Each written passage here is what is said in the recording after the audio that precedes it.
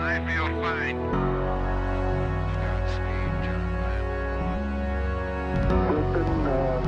Tranquility Base here. The Eagle has landed. Roger, Tranquility. We copy you on the ground. New possibilities are opening up for scientific cooperation between countries. 1-0. Liftoff. American return to space as Discovery clears the tower. Discovery, go and throttle up. Discovery, Roger. Go for deploy. Everybody in the shuttle program, the crew is go for launch. Roger. Nice to be in orbit. We have followed in their footsteps to get us where we are today.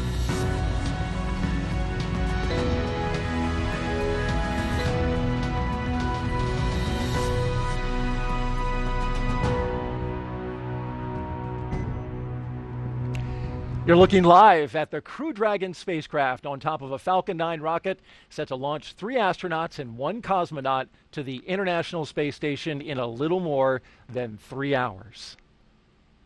It's a beautiful sight outside, beautiful weather here at the Kennedy Space Center, where we welcome you for our live coverage of NASA and SpaceX's launch of Crew 5. I'm Daryl Nail, and with me is NASA astronaut Bob Behnken, who along with Doug Hurley were the first astronauts to fly Crew Dragon into space. Bob, it's great to have you here. You were part of that historic flight, and now here you are back helping us with our launch commentary for today's mission. Well, thank you, Daryl. I'm super excited to be here. A beautiful day to relive my launch experience. Looking forward to it. You certainly will remember this experience well. We've got video recorded from just less than an hour ago of Crew 5 getting suited up in that historic suit-up room. And there you see them.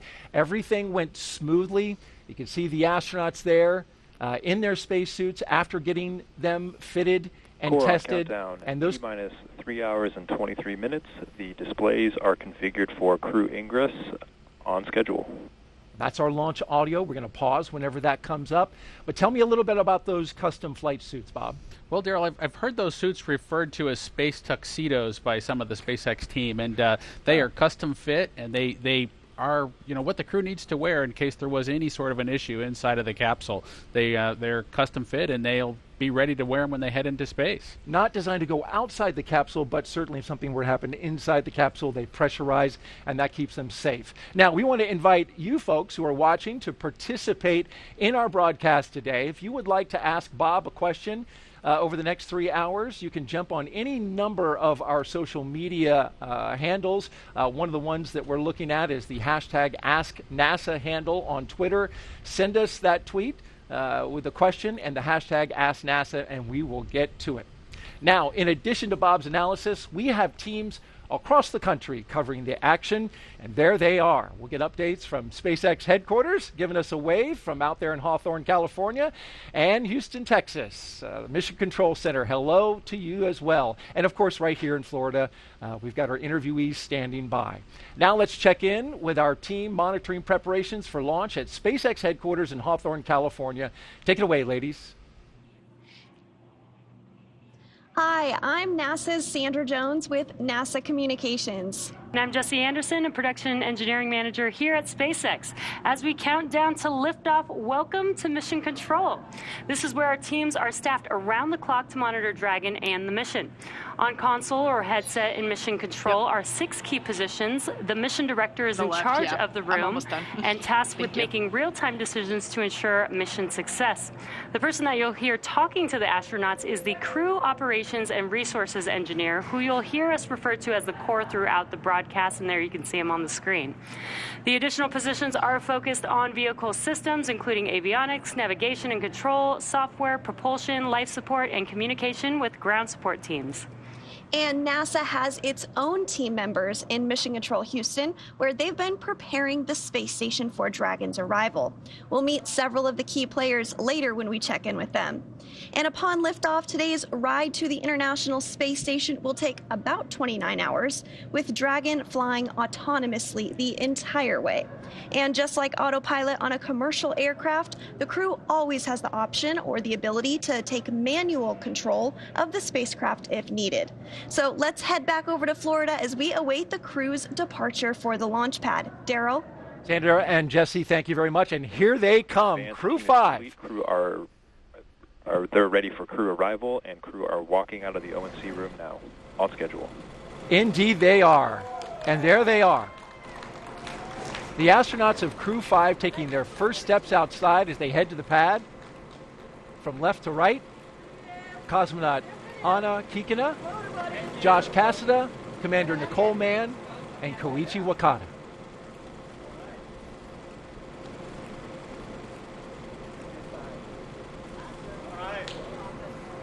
So that was a pose for a picture.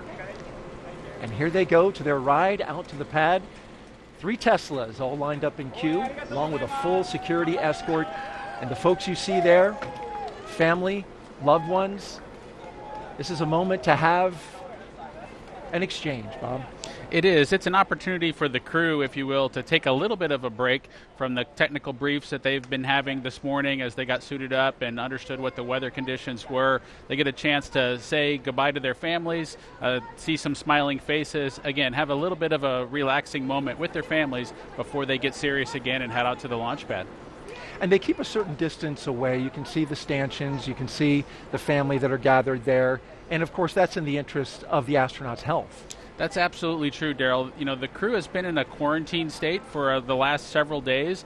You know, they don't want to bring anything to space station that we don't have, you know, really tight control of. And so they'll stay back from folks, but they'll give some air hugs and some waves. All right, let's listen in.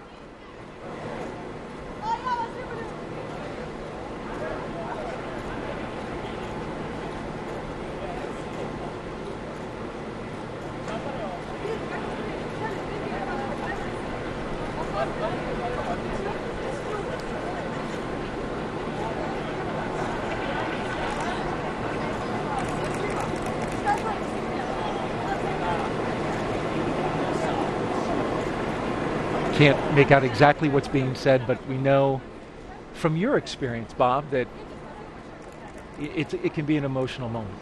Absolutely. You know, for the Demo 2 mission, my son was super excited to yell Launch America. So that was the one thing that you could absolutely hear. Even inside the suit with our deep insert earplugs, you could hear that Launch America tune when he sang it out.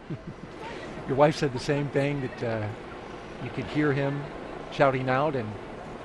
And that's something actually particular to astronauts with young family members, with young children, that you have to prepare them for. I was watching a documentary. Your son wasn't exactly on board at the beginning.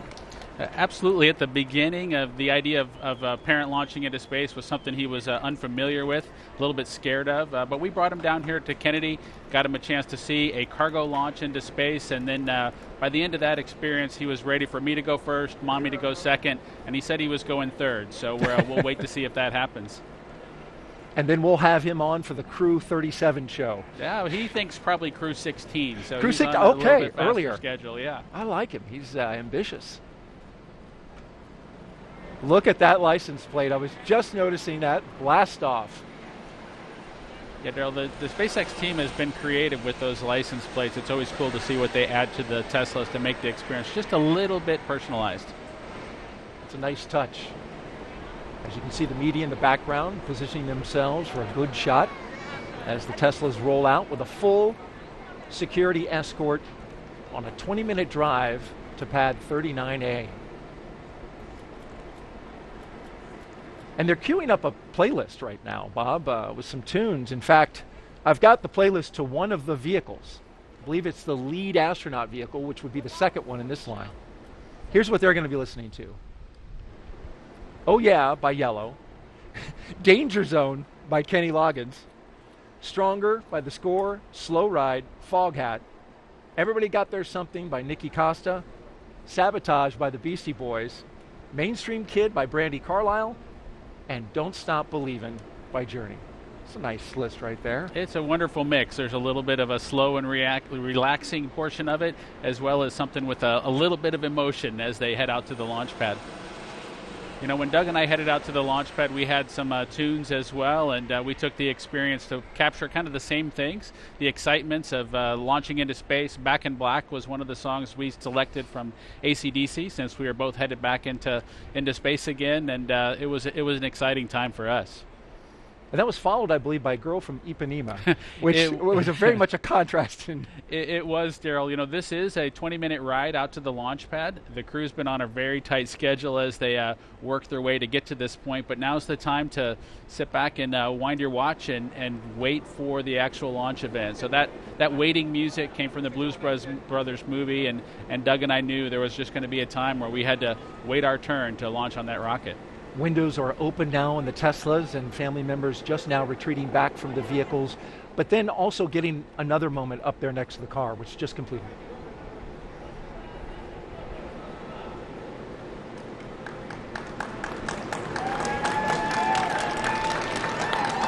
And there they go. Core on countdown. T-minus 3 hours and 15 minutes. Crew are beginning their transport from the O&C room to the pad right on schedule. There's the call out from the SpaceX team. The crew now departing the Neil Armstrong Operations and Checkout Building. Slow rolling as they make a shot available for all of the media and photographers down there. They're beginning their 20-minute drive with a full security escort across NASA's Kennedy Space Center and out to Launch Pad 39A. The track they're taking goes through the industrial area and then gets out to the NASA Causeway and the Kennedy Causeway. And Bob, as we were watching that moment there, I want to play a piece of tape that we have from your wife Megan talking about those moments leading up to launch. And we're also going to see footage of that historic mission that you participated in, Demo 2. We'll also see hers, and we'll get to see the goodbyes from either one. Let's take a look at that now. I want to give you a little flashback. Take a look at the screen now. You might remember this. Demo 2, and there you are in the light blue with your son saying goodbye to your husband, Bob Behnken, on that historic flight. That's right. That was a really special moment, and it was great to see how excited my son was to see his father. There were no tears. It was all smiles and cheering. My son, I think, was determined to say, "Launch America," first and loudest, and so that's what he was doing. He did a great job. And then in April, Crew 2, this was your launch, and yes. Now the role was reversed. You were in the astronaut suit getting ready to go out and launch, and your husband was there with your son. That's right, and I was listening out for that Launch America, and sure enough, I could hear it from probably 20 feet away. That was a wonderful moment. Your wife, Megan MacArthur, who flew on Crew 2 to the International Space Station following up your certification mission.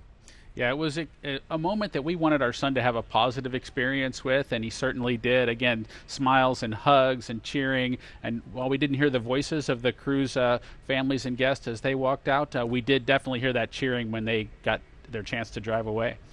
And we continue to follow the convoy from high above, our flight operations team. The helicopter crew getting a good shot there as they go. Now let's check in with Hawthorne and get our first update from SpaceX's Kate Tice, who, by the way, was at this very desk, Bob, when you launched. Good to have you back, Kate. Thanks, Daryl. I'm Kate Tice, and I'm the Quality Systems Engineering Manager here at SpaceX, and I'm going to be bringing you live status updates from the launch teams this morning. Now, for those following along with our launch preparations over the last week, you'll know that we had a successful dress rehearsal a couple days ago of our launch operations on October 2nd, followed by a successful static fire of our 9 Merlin 1D engines. Now, fast forward a bit to this morning, and we're coming up on, there it is, the T-minus 3 hour and 12-minute mark, and so far all is going well for launch. Earlier in the night, the team began clearing the hazard area and buildings around Pad 39A, known as the Blast Danger Area, or BDA, as you might hear it called out today. At T-minus 4 hours, there was a briefing by the SpaceX launch director, and good news, there is nothing significant to report on the rocket. At this time, the advanced team was also cleared to enter the pad and start prepping the vehicle for the crew's arrival, which we're tracking there on screen, and we're expecting them to arrive at about T-minus 2 hours and 55 minutes, so just shortly coming up. So the only people remaining on the pad at this point in time are those needed for ingress of the astronauts. At the launch pad, Falcon 9 is powered on, and we're currently monitoring telemetry and pressurizing gas storage vessels. Engine and stage checkouts were performed several hours ago. On top of Falcon 9, of course, we have the Dragon spacecraft, and it is ready for the crew. Functional checkouts were performed, and most recently, the Dragon propellant system was pressurized to final flight pressure, and the side hatch has been opened by the advanced team. So at this point in time, I can report that all spacecraft systems are go. And as for the range, launch range is ready to support and working no issues at this time. And as you have probably been following along, we have been tracking the weather conditions carefully over the last week as we dealt with the remnants of Hurricane Ian. As you can see on your screen, it's a gorgeous morning out there at Kennedy Space Center. The weather is cooperating as we count down to liftoff. We have been tracking downrange winds that had been no-go overnight, but as of the T-minus 6-hour weather brief this morning, it cleared and we were green there. So everything is looking good for weather at this point, but we will continue to monitor. Now, with all that being said, let's head back over to Daryl and Bob for another check-in from Kennedy. All right, thank you, Kate. And yes, the weather here at Kennedy is nearly perfect for launch. Let's introduce you now to today's crew. We begin with Nicole Mann. The California native holds a Master of Science in Mechanical Engineering and is a colonel in the Marine Corps. Nicole was selected by NASA in June 2013, and today the Crew 5 commander will be flying into space for the first time. And once she reaches the space station, she'll be the first Native American woman to stay on station. Sitting next to Nicole is Josh Cassada. He grew up in Bear Lake, Minnesota. The physicist and U.S. Navy test pilot flew 23 combat missions. He later became an instructor at the U.S. Naval Test Pilot School, and more recently, he served as the capsule communicator in mission control. But today, he's the pilot aboard Dragon. In the role of mission specialist is veteran Japanese astronaut Koichi Wakata. Altogether, Koichi flew 4 space shuttle missions, a Roscosmos Soyuz, and was on a long-duration stay aboard the International Space Station. Altogether, Koichi has spent 11 months in space, the veteran. And the fourth member, the second mission specialist, is Roscosmos cosmonaut Anna Kikina. She graduated from the Novosibirsk State Academy of Water Transport in 2006. In 2012, Anna officially became a candidate for the position of test cosmonaut. Crew 5 will be Anna's first flight into space as part of the recent resumption of integrated crews on U.S. crew spacecraft and the Soyuz with the Russian state space corporation Roscosmos. As part of integrated crew, a week and a half ago, NASA astronaut Frank Rubio flew to the ISS aboard a Soyuz. Flying integrated crews ensures operational safety. Crew members on station are trained to do maintenance and spacewalks. It also protects against contingencies such as problems that could arise on the station, serious medical issues, or an emergency aboard the station that requires a crew and vehicle that they are assigned to return to Earth sooner than planned. All right, the crew taking a turn onto the Saturn Causeway, and this is the road that leads to the Vehicle Assembly Building, which is notable, Bob, because the astronauts right now taking a similar path to Hurricane Ian as it crossed the state and came over our area. That's the operations and support building behind it, but then behind that, going through here, is the Vehicle Assembly Building. And after studying the data, we learned the storm took that similar path. And as we widen out the view here, you can see, there it is, the Artemis logo, and a great shot of that Vehicle Assembly Building with the crew going by. Now, the Crew 5 launch was delayed several days due to Hurricane Ian taking aim at Florida. And after studying the data, here's the path that we found it took. Take a look at this graphic put together by meteorologists with satellite data. It shows the track through the state. You can see the center of circulation, of course, the devastating impacts to the Fort Myers Beach area, more than 100 people killed, and complete devastation. By the time it crossed our area right there, you can see it came out the other side on Florida. Between pad 39A and 39B, and 39B is where we had our moon rocket, the SLS and Orion spacecraft. But officials here at NASA and the launch team with SLS made the decision to move the SLS indoors, and this is video from that day, 3 days prior. The mighty SLS and Orion spacecraft going into the shelter of the vehicle assembly building as Hurricane Ian passed overhead. It's a 4-mile, 10-hour trek it was that day. And we got winds, Bob, over 96 knots at the top of one of the lightning towers out at pad 39B. So certainly the winds were whipping up high and down below around 60 knots. It was a good move to put that rocket in the shelter. Yes, it's just remarkable to kind of have seen the track of the storm, have it come right through the Kennedy Space Center, and to be sitting here just a couple of days later getting ready to launch a crew into space.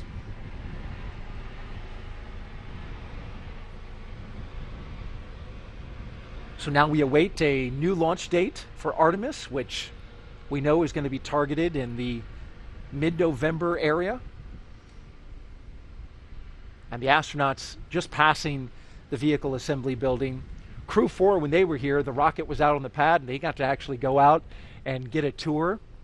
This team getting to drive by that rocket, and certainly astronauts must be thinking about that mission, right? Artemis 1, 2, and 3 going on a test flight out to the moon, and then ultimately landing back on the moon to establish more of a permanent presence there. Absolutely, Daryl. It's a super exciting time from an astronaut perspective. As you know, we still have missions headed to the International Space Station, taking crews up both on the Soyuz rocket and on the Falcon 9 and the Dragon at this time. We look forward to seeing the Starliner vehicle make its arrival on board the International Space Station as well. But Orion, with the Artemis missions that are upcoming, is just an exciting time. Returning to the moon is something that we all dream about.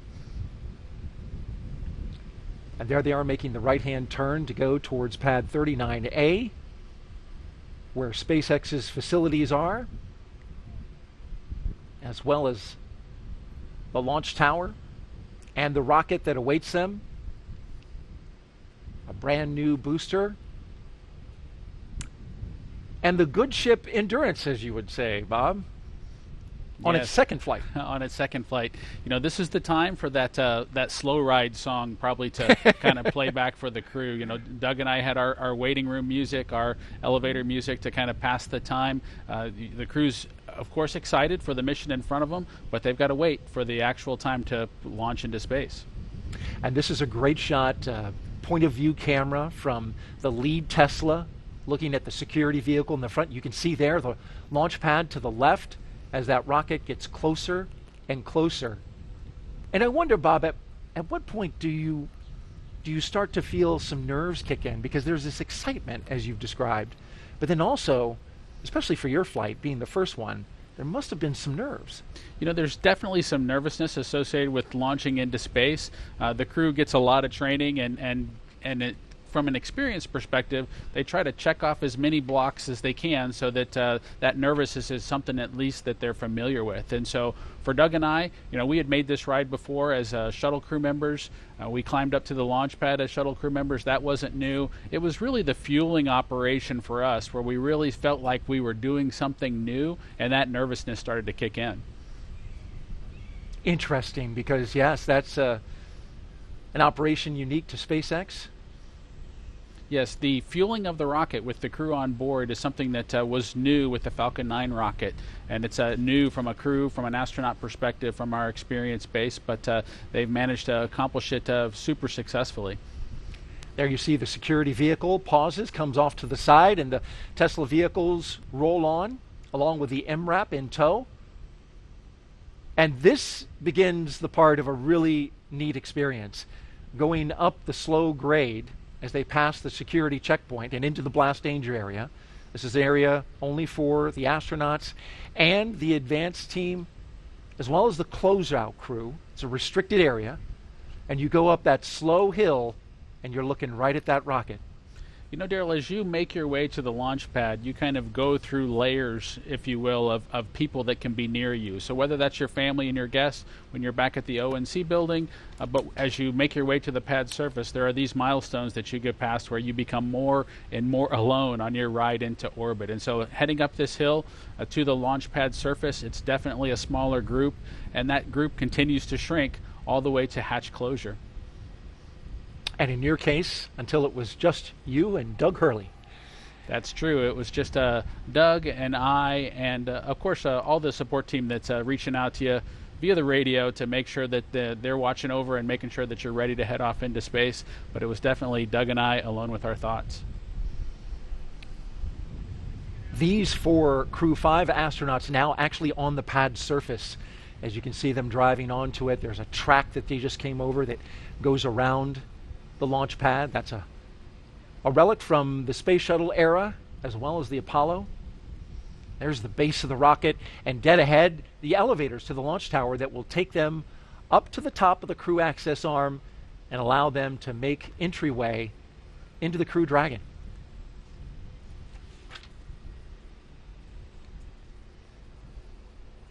And at T-minus 2 hours and 55 minutes, we'll get that announcement that the crew has arrived, so they're a little early. It's always best to be a little bit early if you can for each of these major events, of course. And so for them to arrive when they're supposed to be there is what's critical. Countdown. T-minus 3 hours. Crew have arrived at the pad on schedule.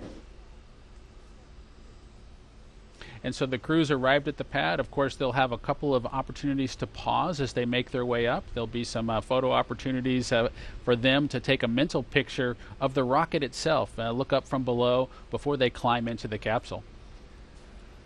Now, Crew 5 is NASA and SpaceX's 5th crew rotation to the International Space Station since 2020.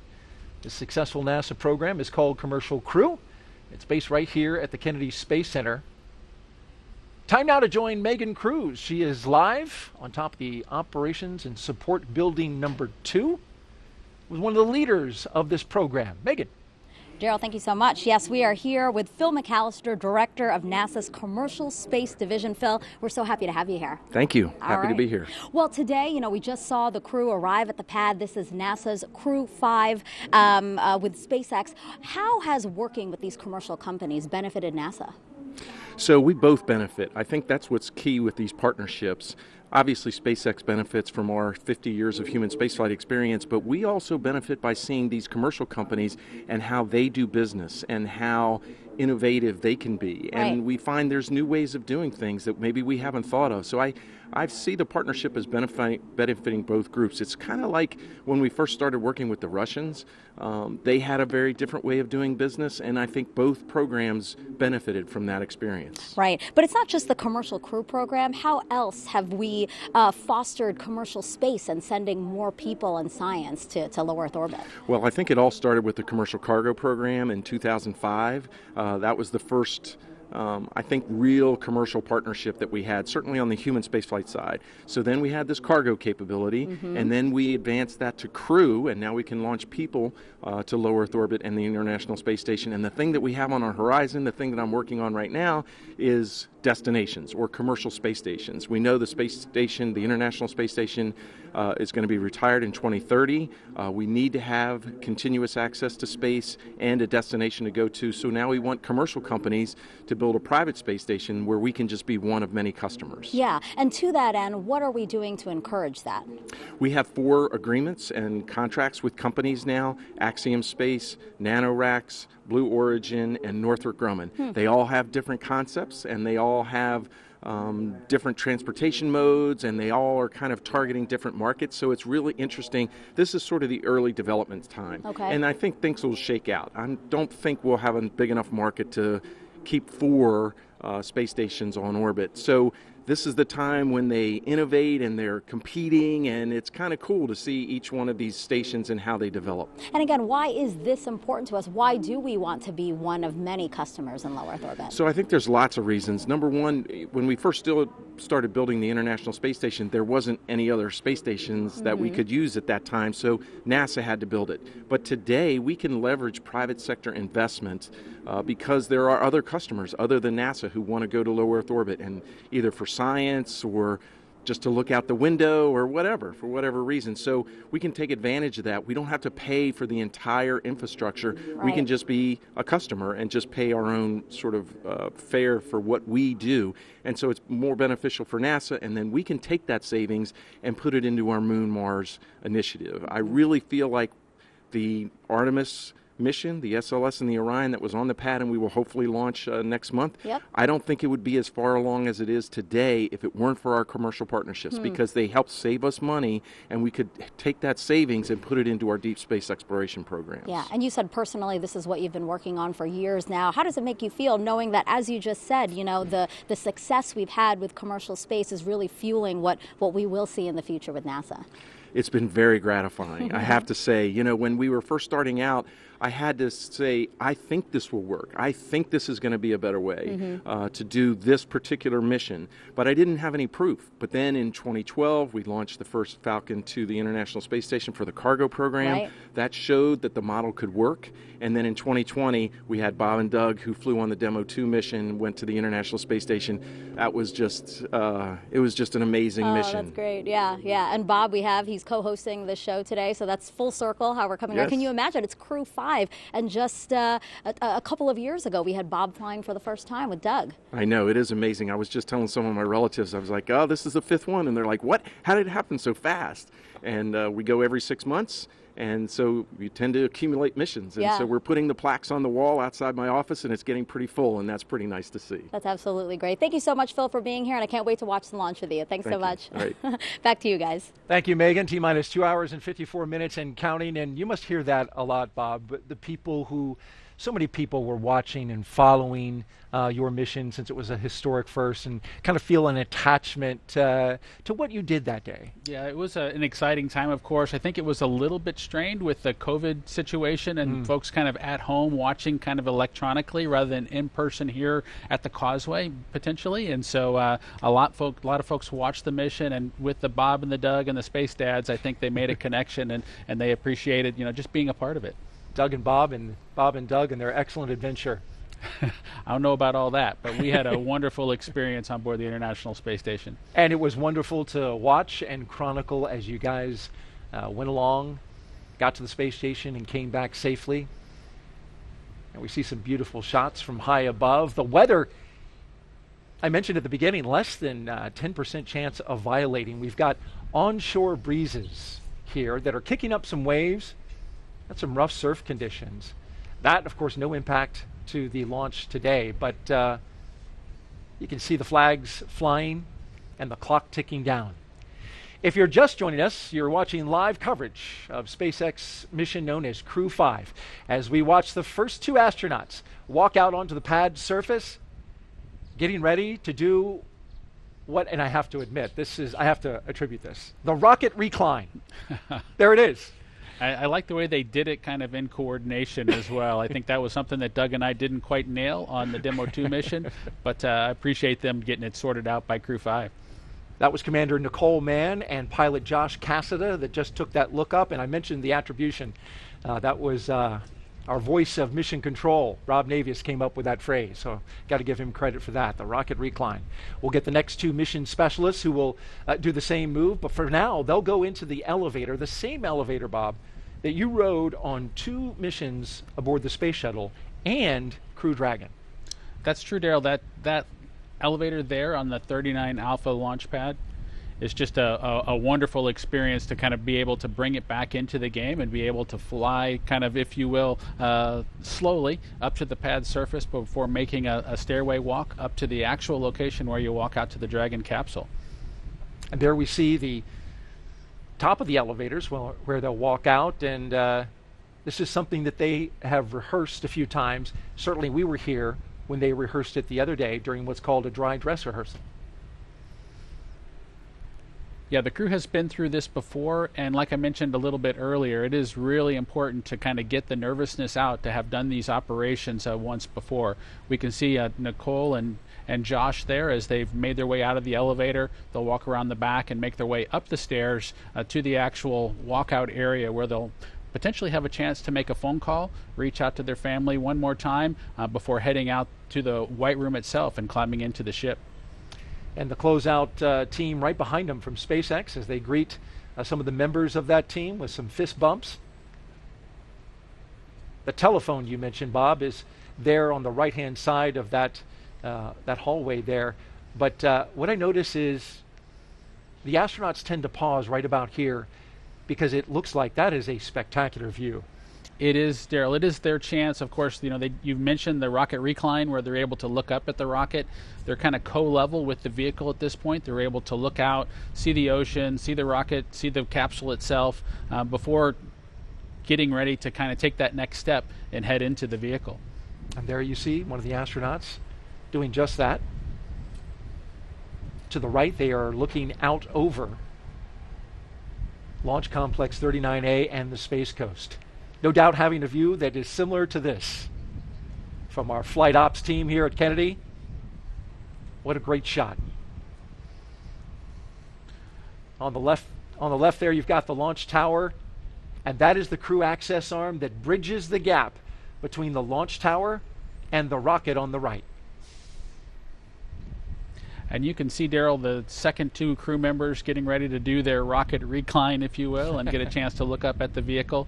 I know they're excited to get their chance to climb in and strap down. Not quite as perfect and in sync as Josh and Nicole were, but they did a great job. Again, better than Bob and Doug. So better than Bob and Doug, but not quite as tightly choreographed as Nicole and Josh. They nailed it. Nonetheless, they get a great view right before they make their way into their spacecraft and that will ultimately take them into space. We've got a split screen now. The two mission specialists on the left, and to the right, we're tracking our pilot and commander.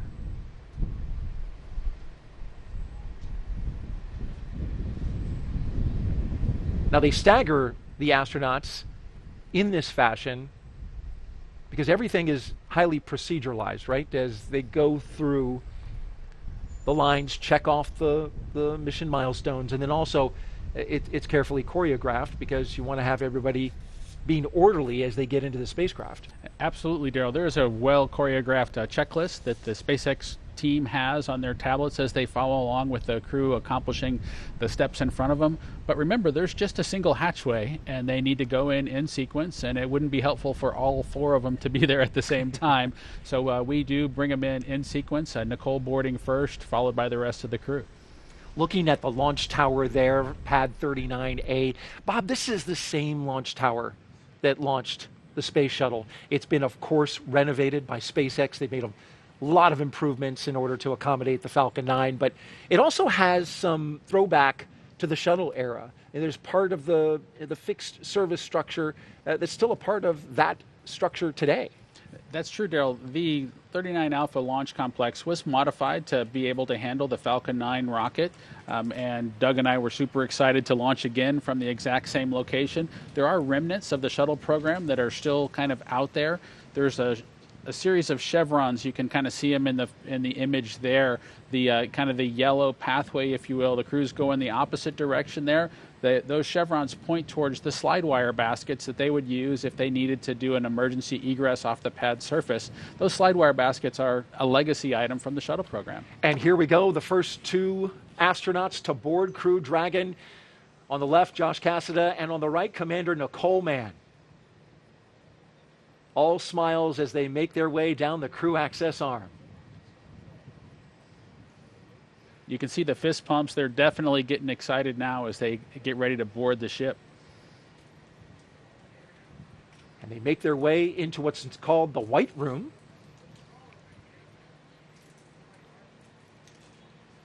Do a photo op there. Core on countdown. T-minus 2 hours space. and 47 minutes. Crew have arrived at the White Room just a little bit ahead of schedule. There's the announcement. And you can see one of the SpaceX techs handed Nicole Mann and Josh a Sharpie, which this is something that's actually on their to-do list for launch operations. And what they're going to do now is sign their signature onto the NASA meatball, or right there around it. That NASA meatball is encircled with signatures from all the previous NASA crews that have gone up to the International Space Station.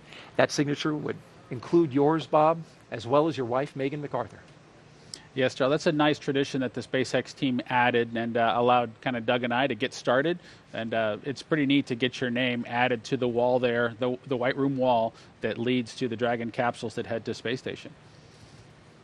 And there you see her putting her signature, making the way around the NASA meatball. Handing off the pen to Josh. And to the right, you see the SpaceX logo for their commercial missions. They're also starting a set of signatures, which is a great sign about starting to establish that economy in low Earth orbit, the commercialization of low Earth orbit. It's exciting to see the economy in low Earth orbit continue to grow, Daryl. It's also exciting to see the cadre of astronauts continue to grow and view that group as our partners of folks who've been to low Earth orbit, who've been into the black of space, and it's just exciting to see that group continue to grow. As the astronauts prepare to go inside, the first two, the commander and pilot, we've got the mission specialists on the left-hand side of your screen making their way towards the crew access arm.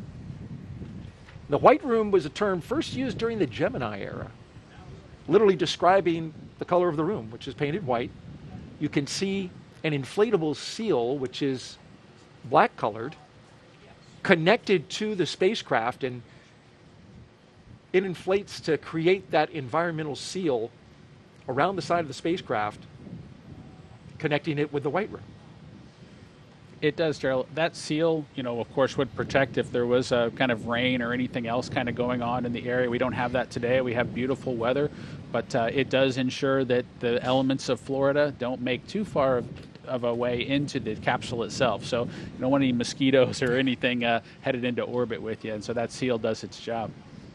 It does indeed. There's a lot of humidity and mosquitoes out here in Florida. Fortunately, today, we've got a nice little breeze that's keeping it off us here at the desk, which is nice, and kept it off the astronauts and crew when they were getting in their vehicles. Running about a 10-knot onshore breeze, which should help push the clouds around. We've got a few of them out overhead. Our launch weather officer for today, Brian Sizik, from the 45th Space Wing,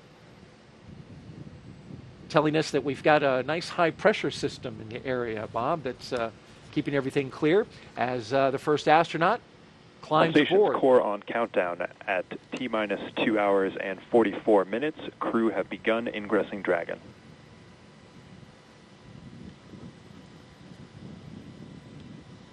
You got to be careful to not bump your head, it looks like. You absolutely, Daryl, need to be careful as you climb through that hatchway. There's a pressure seal that needs to be kind of maintained in pristine condition, so when the time comes to close the hatch, you'll actually get a good seal with that hatch closure operation. And so the crew is keenly aware that they need to protect that environment, and that they climb into the vehicle very carefully. Carefully stepping over that seal. That's important, and later we'll see the closeout team closely inspecting that seal just to make sure that there's no debris, no what they call FOD, foreign object debris, which could compromise the seal, something you want to make sure you keep the environment on the inside and space on the outside. Yeah, that's absolutely true. That team, of course, it's a little bit difficult in the suit itself to be able to monitor and make sure that you don't bump anything that you're not supposed to bump into. But that team of SpaceX folks just does a great job with assisting the crew, letting them do as much as they would like to do on their own, but also ensuring that everything's done perfectly so that nothing has to be redone in the time-critical situation for launch. And here come our second two astronauts, mission specialists Koichi Wakata and Anna Kikina.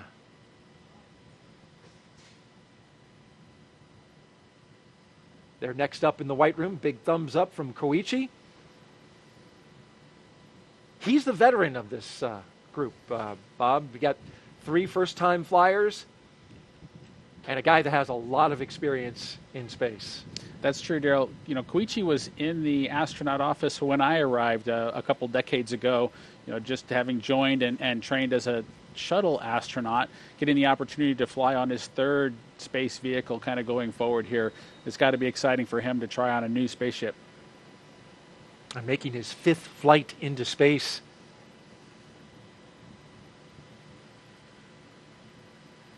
Got the green light flashing above, and I'm going to take that as green as go. Certainly better than a red flashing light. Yes.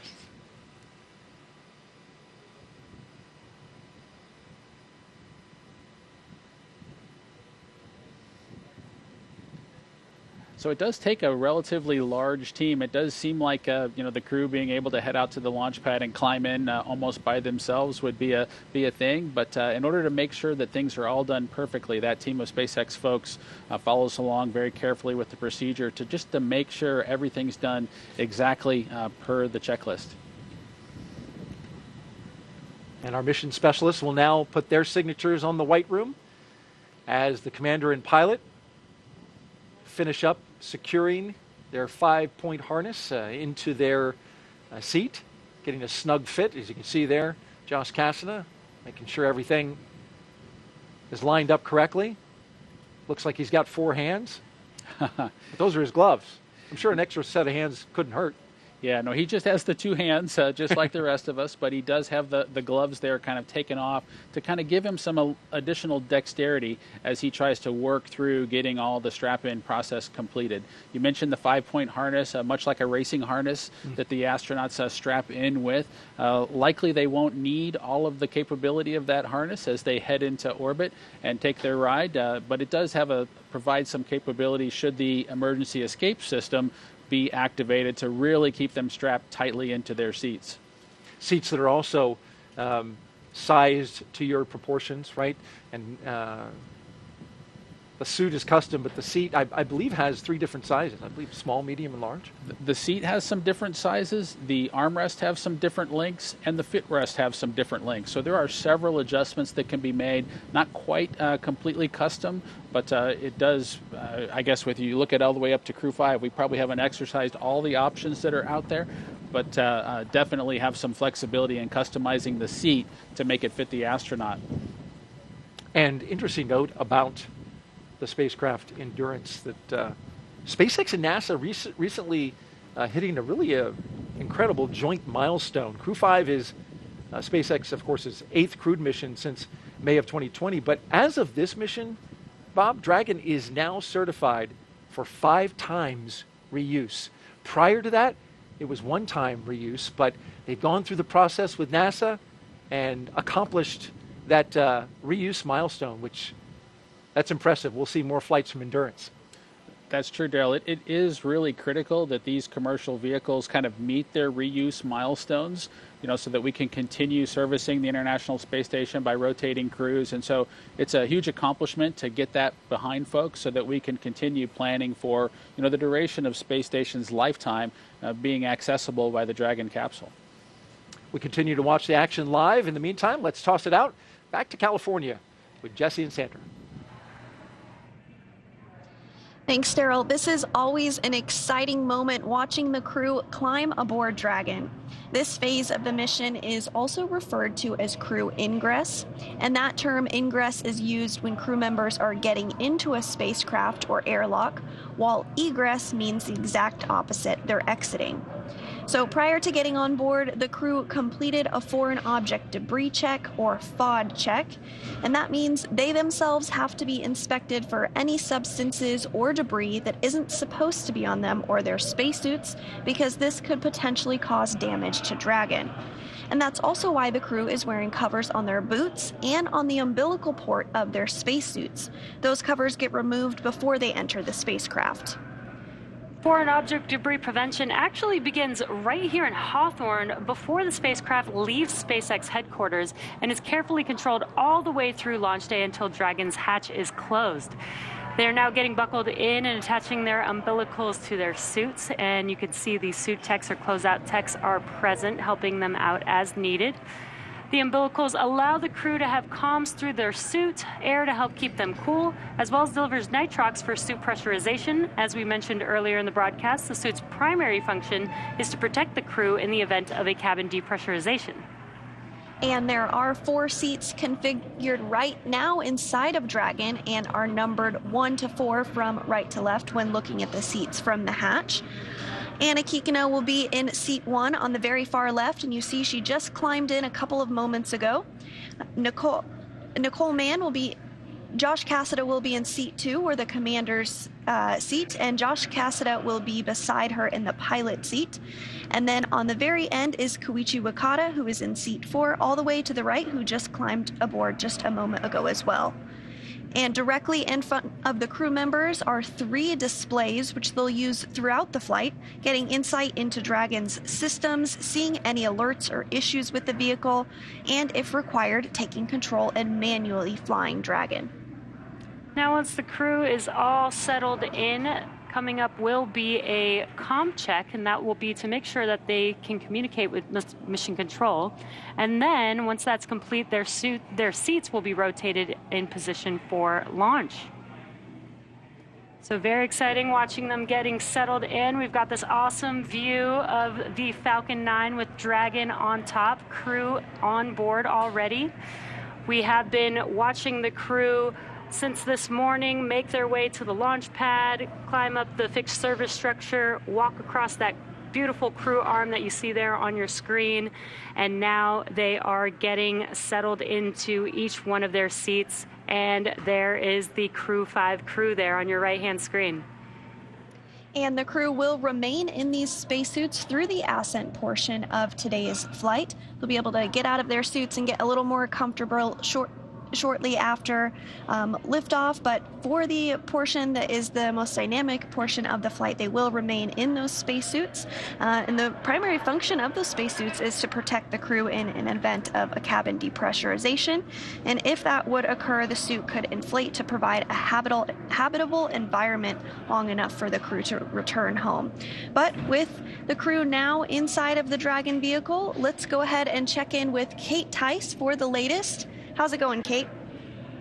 I've been following along with the launch teams, and they continue to work through the countdown. Currently, no issues are in work, and we are awaiting the comm checks with the crew inside Dragon, which you seated there.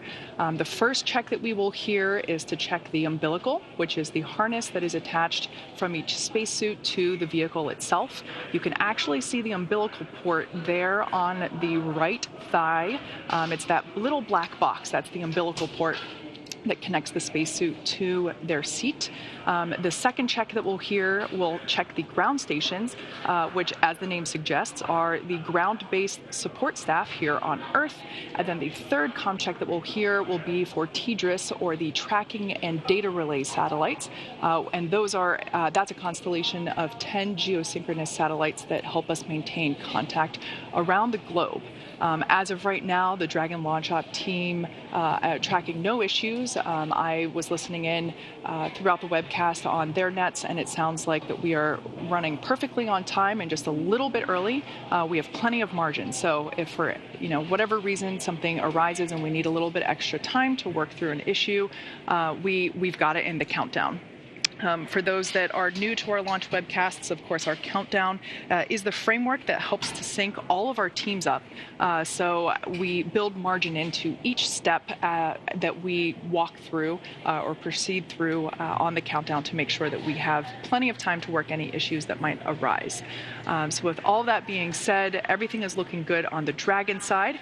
As for the Falcon 9 team, they are located in Firing Room 4 in the Launch Control Center at Kennedy Space Center, which you see there on your screen. Those folks are settling in for final checkouts, propellant loading, and launch. The Falcon 9 team will undergo their own comm checks with the crew at about the T-minus 2 hour mark. As for the range, they continue to report no issues, and the weather forecast continues to be acceptable. We had a less than 10% chance of violation of our weather conditions, and as you can see on your screen, it's a beautiful morning there at Kennedy Space Center. Now, of course, we are looking at weather not only at the launch site, but around the world. We need to make sure that conditions are acceptable if Dragon has to splash down in the Atlantic in case of an escape. We're also monitoring contingency splashdown locations if the crew had to come back to Earth before docking with the space station. Now, if that were to happen, SpaceX and NASA would coordinate with the U.S. Coast Guard to ensure safety upon splashdown, including extra ships and air assets to patrol the 10 nautical mile keep-out zone.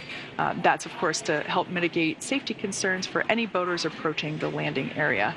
And, of course, we've also been monitoring downrange weather, which, as I reported earlier, was no-go yesterday, but at the T-minus 6 6-hour weather brief turned to green. So we're proceeding, but keeping an eye on those downrange wind conditions. So as the clock continues to tick, we're approaching the T-minus 2 hour and 31-minute mark. All systems to continue to be go for launch. Let's head back over to Jesse, who's actually here in Hawthorne with me, just across the floor. Thanks, Kate. Not only is today an exciting day because it's launch day, but it's also a pretty exciting year, as this year marks Dragon's 10th year in operational flight. It took a lot of love and dedication to get here today, and we are still learning and innovating from each launch. From the beginning, Dragon was designed to eventually fly people. The Dragon hanging from the ceiling next to us was initially flown to certify SpaceX for cargo missions to the space station over 10 years ago, which flew in 2010. Yet a window was added to hint at our plans for flying crew in the near future. Now, of course, the Dragon behind us and the Dragon supporting today's mission, taking Crew 5 to the space station, are very different, a testament to how far we've come. It's been a little over 2 years since we flew Demo 2, which was on May 30th of 2020.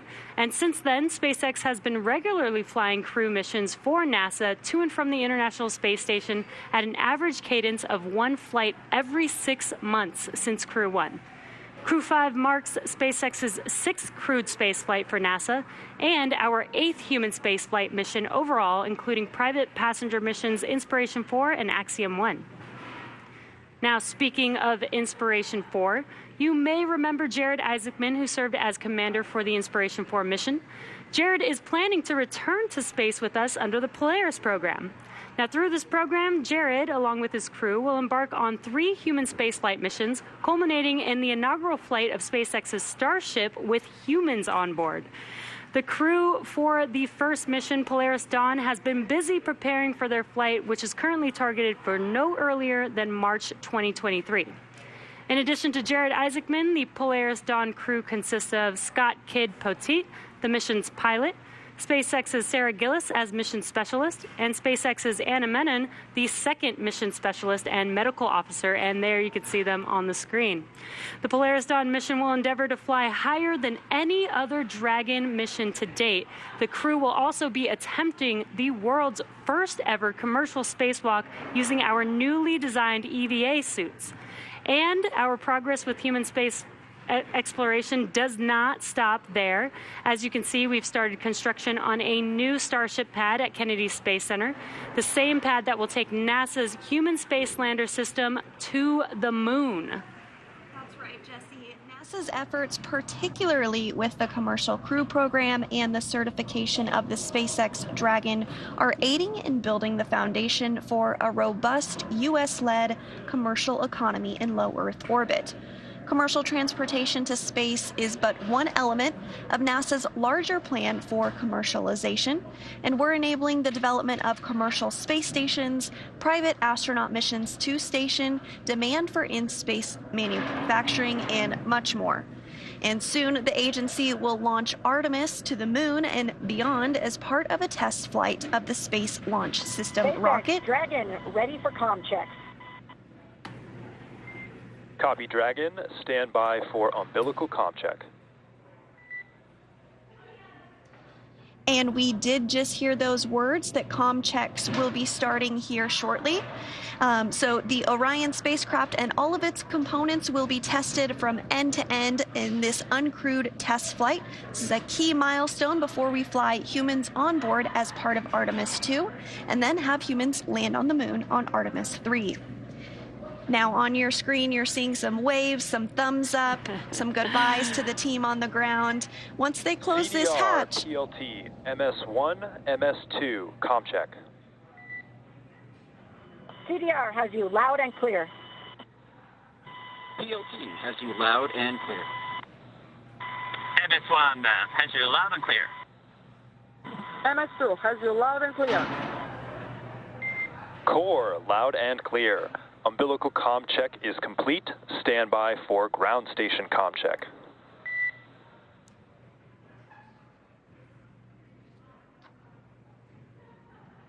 And those comm checks have begun. We're going to hear a series of those communication checks to make sure that the crew can hear the folks on the ground and vice versa.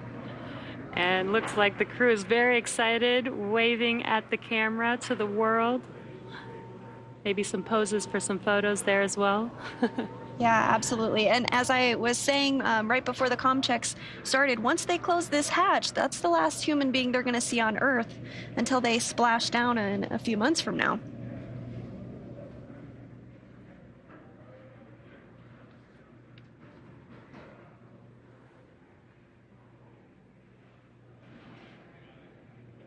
You can also see the crew with their iPads on their tablets on their legs there. They have a variety of different procedures and reference materials that they can view during the mission as well. You'll see them getting that configured and ready for launch now, 2 hours and 25 minutes from now. And these procedures are very, very specific. They are following them all the way, step by step, all the way through. This does include, if you're just now joining us, we are awaiting some comm checks, which they have begun. And they will be stepping through several different comm checks to make sure that the crew can hear and communicate with the ground teams here in Mission Control. And we will do those comm checks through multiple paths to Dragon, including TDRS and ground stations, which you'll hear coming up throughout the continuation of these comm checks. The ground, of course, refers to the different ground stations, and SpaceX has ground stations all around the globe. And then you'll also hear from Core, MD, and LD. The Core in Hawthorne is the Crew Operations and Resource Engineer. The LD is the launch director down in Florida and oversees the countdown ops. And then MD is the mission director here in Hawthorne, who is the overall flight lead for SpaceX. I just love the excitement of this crew. And this is a pretty cool view inside of Dragon. You can see the 4 seats for the 4 crew members, but Dragon's actually designed to have up to 7 crew members. So right below this row of seats, there can fit 3 additional seats. Today, since we only have 4 crew members, below the crew that you see on your screen is actually cargo stowed inside of Dragon. Dragon, SpaceX, comm check. SpaceX, Dragon, loud and clear. Core, loud and clear. Ground station comm check is complete. Stand by for TDRS comm check.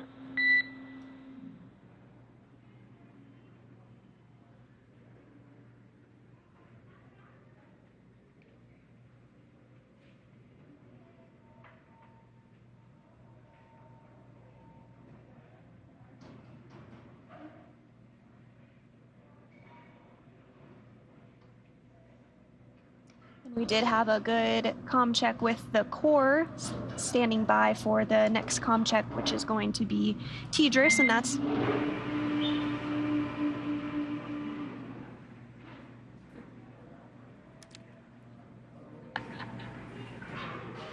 Dragon, SpaceX, comm check. SpaceX, Dragon, loud and clear. Core, loud and clear. TDRS comm check is complete. Stand by for comm checks with DC, MD, and LD in the launch configuration.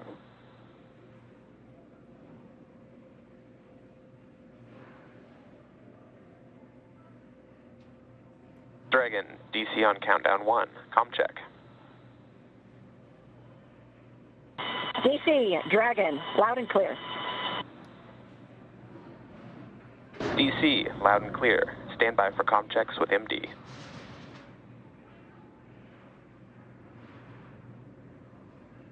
Dragon, MD on countdown 1. Comm check. MD, Dragon, loud and clear. MD, loud and clear. Stand by for comm check over Dragon the ground. Dragon, MD, Dragon the ground. Comm check. MD, Dragon, loud and clear. MD, loud and clear. Stand by for comm checks with LD. Dragon LD on countdown 1, comm check. LD, Dragon, loud and clear. LD, loud and clear. Stand by for comm check over Dragon to ground. Dragon LD on Dragon to ground, comm check. LD, Dragon, loud and clear. And LD, loud and clear. Let's go have some fun. Dragon, SpaceX. Launch configuration comm checks are complete. Report when ready for seat rotation per section 2 of 4.100.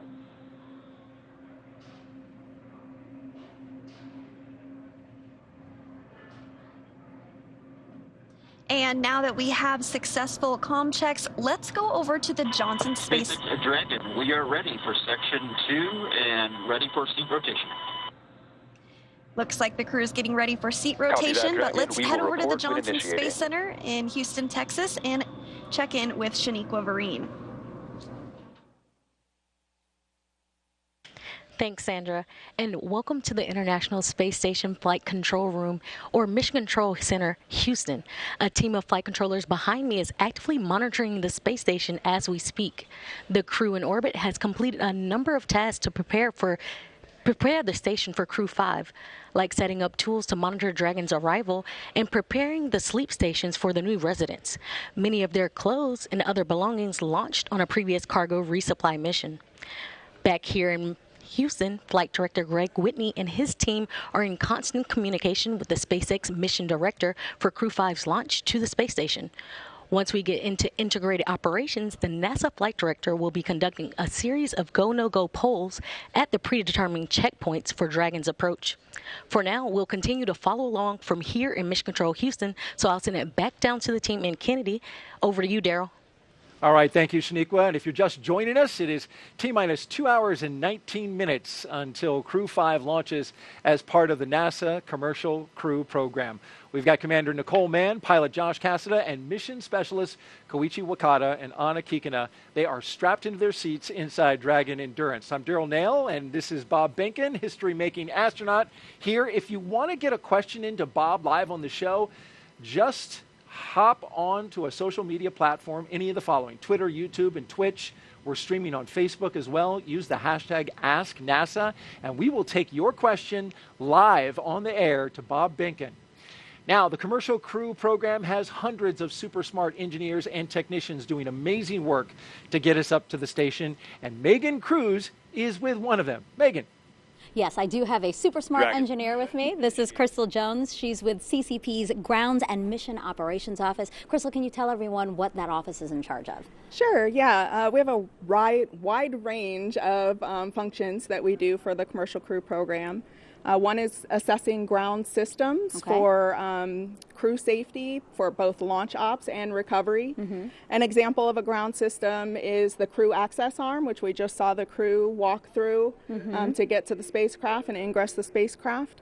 That arm has to swing away from the vehicle for launch, but if there were some sort of emergency and the astronauts needed to get out of the spacecraft, that arm needs to come back really quickly to allow the astronauts to egress. So you're responsible for just making sure that everything is operating the way that it should be if that were to happen? Yes, correct. Okay. Yeah. And then right after this, you're also going to go to the nearby Cape Canaveral Space Force Station. You're going to be inside a room there, and I believe we have a live shot of that room. And you're going to go there so that you can serve as CCP's mishap manager, right? This is the room right here. Yes, that's correct. And I have my FAA and NTSB colleagues there with me as well. Since this is an FAA commercially licensed mission, they have mishap jurisdiction for some of the phases of flight, and so we all work together if an incident were to occur. I don't expect anything to happen. I have full confidence in the joint NASA and SpaceX team. You have such an important role here, like you said, a wide variety of things that you're overseeing. You've been here at NASA for almost 15 years. I mean, did you know that you always wanted to work here, and how did you make it happen? Yes, I did always know that I wanted to work at NASA. Ever since I was a very young girl, I dreamed of working for NASA. Unfortunately, when I was about 10, 11, 12, my parents' drug and alcohol use began to impact our lives in a severe way. We ended up homeless, had to stay in an abandoned bus, and eventually transitioned to a homeless shelter. Wow.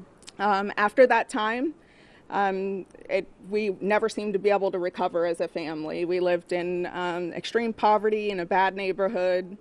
But it didn't stop me from trying to reach my goals. I still had that dream. So in high school, I learned how to use a computer. No one in my area had a computer. I didn't have one, didn't know.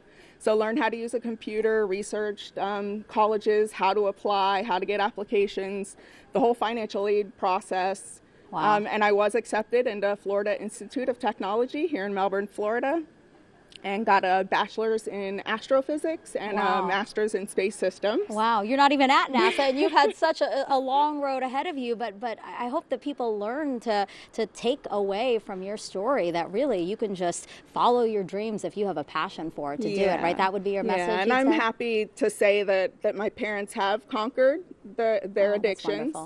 And I was extremely proud of my mom before her passing earlier this year.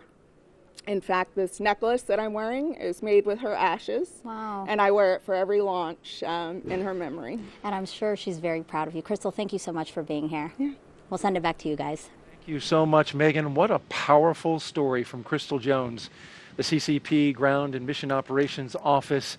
That is inspiring to hear how she came from that difficult background to where she is now. Absolutely, Darryl. And it's amazing, too, when you think about going through a difficult road like that and then achieving such a high level of accomplishment here at NASA. We're just so proud of Crystal Jones. And thank you, Crystal, for sharing that story with us. We want to introduce you now to today's crew. If you're just joining us now, as you're looking inside the capsule Dragon, Endurance. You are go for Section 3 suit leak check preparation. Dragon is a go for suit leak check preparation, section 3 at 4.100. And there you hear the confirmation that the crew is ready to begin their suit leak checks. Let's start off by talking about our commander for the day as they pull down their visors. She is the second from the right of your screen. Nicole Mann, the California native, holds a Master of Science in Mechanical Engineering. She is a colonel in the Marine Corps. She was an FA-18 Hornet and Super Hornet test pilot and deployed twice aboard aircraft carriers in support of combat operations in Iraq and Afghanistan. Nicole was selected by NASA in June of 2013, and in the years that followed, led the astronaut corps in the development of hardware in the Artemis program. Today, the Crew 5 commander will be flying into space for the first time. And after Crew 5 launches, she will be the first Native American woman to go to space, which is a wonderful accomplishment. Absolutely. Nicole joined the astronaut office when I was the chief of the astronaut office. I'm just super excited to see a colonel in the Marine Corps head to the International Space Station from that commander seat, just like we had for Demo 2. And you being a colonel in the Air Force, I'm sure you appreciate the military discipline that she brings to that role. Just like your partner, Doug Hurley, brought a little bit of that. Sitting next to Nicole is Josh Cassada. He grew up in Bear Lake, Minnesota. The physicist and U.S. Navy test pilot flew 23 combat missions. He later became an instructor at the U.S. Naval Test Pilot School. Dragon, we have pair complete and complete with section 3. There you hear the call that the leak checks have been completed. Good sign as we move forward. And I believe that was Josh Cassidy that came over the line there, who we are talking about. Copy that, Dragon. You are go for section 4 suit leak check. That was a confirmation, rather, that they were to begin the suit leak checks. Copy. Right? Dragon is go for suit leak check, section 4. All right, want to correct that. Cassada, he's one of more than 100 graduates who became astronauts going back to the Mercury program. More recently, he served as capsule communicator in mission control. But Bob, today he's in the position of pilot aboard Dragon, and that's a position you know well. Yes, it's exciting to see Josh in that seat. You know, as all of our astronauts who come into the program, he brings a balance of operational and scientific expertise kind of to the mission in front of him. In the role of mission specialist is veteran Japanese astronaut Koichi Wakata. He has a doctorate in aerospace engineering and in 1996 became the first Japanese mission specialist aboard the Space Shuttle Endeavour for STS-72. Altogether, Koichi flew 4 Space Shuttle missions, a Russian Soyuz, and was on a long-duration stay aboard the International Space Station. During his 2-decade career as an astronaut, Koichi has spent 11 months in space, and so he is the guy with the experience on this crew, the other 3 first-time flyers. Joining Koichi in the role of mission specialist is Roscosmos cosmonaut Anna Kikina. She graduated from the Novosibirsk State Academy of Water Transport in 2006. In 2012, Anna officially became a candidate for the position of test cosmonaut. Crew 5 will be Anna's first flight into space. Now let's check in with our team out at Hawthorne, California. Kate Tice, what do you have? Thanks, Daryl. I'm following along with the launch countdown and our procedures. We're now coming up to T-minus 2 hours and 10 minutes. As you can see there on your screen, the crew is ready for leak checks. Those should be commencing any moment now. The countdown is proceeding nominally at this point on board the brand new Dragon spacecraft Endurance. We've already heard those communication checks between the Dragon team and the crew. We will hear checks, comm checks. So I'm hearing there's about a minute remaining in that leak check. There will be another communication check with the Falcon 9 launch team and the crew that comes up at about T-minus 2 hours. So at this point, we're in the leak check, less than a minute remaining. And after that, we'll be able to say leak checks are hopefully good. And at that point, the closeout lead will then verify that the cabin environments inside Dragon are good to go and then begin procedures to close the side hatch of the Dragon spacecraft. So that's always an exciting moment. Of course, the closeout team will perform the final leak check on the hatch, and then once that is finished, the team will begin all their steps to ready the crew access arm for retraction, and then the closeout team will leave the pad at about T-minus 1 hour, and we'll hear that called out on the nets that the team has departed the pad. And at that point in time, only our Crew 5 astronauts will remain on the pad. Now, as for Falcon 9, that team is on console in firing room 4. They are preparing for their communication checks, which will occur at T-minus 1 hour and 55 minutes. SpaceX engineers have pressurized the launch vehicle gas storage bottles. Those are composite overwrap pressure vessels, or COPVs. They contain gases that are used to fill tanks with hot helium as propellant is that are filled with propellant, filled with hot helium as propellant is drained out of the first and second stages. We saw the same standby while we just confirmed those results long term, and then for next actions. Dragon copies and standing by.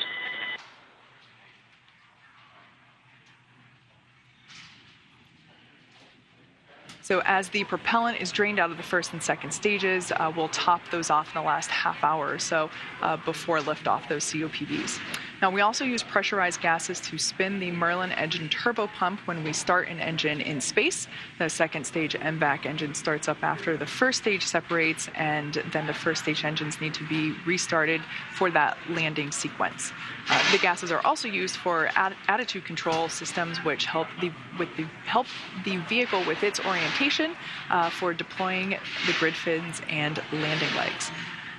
Now, of course, we're continuing to keep an eye on the weather. You can see it remains a beautiful day at Pad 39A. We are watching weather at the launch site as well as around the world for contingency abort and landing zones. And Dragon SpaceX for suit leak checks. And it sounds like we're going to get confirmation of those leak checks now. Go ahead, SpaceX. All right, Josh. We saw you come in a little bit lower than you did on dry dress, so just as a measure of precaution, we're going to have the closeout lead come in and just take a quick look and double check that everything is looking secure for zippers and umbilicals. How copy? We copy, and we were thinking the same. Thanks a lot. Good read. All right, so it sounds like pilot Josh Cassida, his suit pressure is a little bit lower than what we read during the dry dress, which was the basically dress rehearsal that we performed early on Sunday, October 2nd. So the team team is going to come back in and just make sure that all of the zippers on the spacesuit are zipped up to the appropriate height, just make sure that everything is locked into place. So we have plenty of margin in the launch countdown. The countdown is to make sure that all the teams are working toward T0 in a coordinated fashion, and we have lots of margin built in. So we are okay to go in and recheck that and reperform that suit leak check on Josh. So at this point in time, everything continues to be acceptable for launch. We're coming up to T-minus 2 hours and 6 minutes. So I'm going to toss it back to Daryl over at Kennedy Space Center. All right, thank you, Kate. And I'm here with Bob Behnken, astronaut from Demo 2 and NASA's first mission.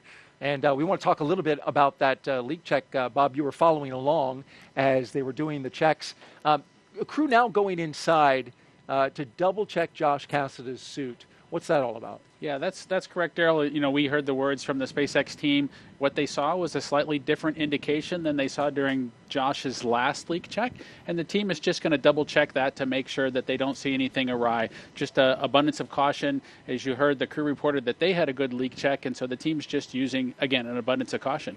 And a little bit of air obviously comes through that suit and goes out the suit, right? So this is a level that would be maybe a little higher than what they normally see. That's correct. All right, very good. Well, we're back here at Kennedy, and the weather is beautiful for launch as we stand by. And there you can see the suit tech in there examining the zippers and the connection points in Josh Cassidy's suit. So they hadn't shut the hatch yet, so that was an easy entry for that tech to go in there and check on that. Yeah, so they'll check each of the places where there could possibly be a leak. One of the places is that umbilical that you've seen them disconnect, and they're now reattaching after they checked the seal that was there. They'll verify the zippers that are on the suit to make sure that those are all closed all the way to the very end. And I know that for the crew, these sorts of situations can be a little bit frustrating. They can kind of break the sequence of events, but I know they'll get right back on track here and continue. Right, these are highly trained astronauts that have been getting ready for this moment for the past couple of years, certainly ready for all situations that they may come up against. And these suits, Bob, carry a lot, right, into the spacecraft. Dragon on Dragon ground from C3. Heading here. I'll pause. C3, I've got you 5x5. How me? Got you the same, thank you. So I don't want to speculate too much, but when you pull the umbilical away, you know, there's an opportunity for the comm system to just need to be re-verified. So we heard Josh check back in. Those connection points, they're grouped together, right? You've got comm and air flowing into the suit at the same connection point? Correct. Also giving a check to Anna's, or maybe just doing some zipping up and rechecking.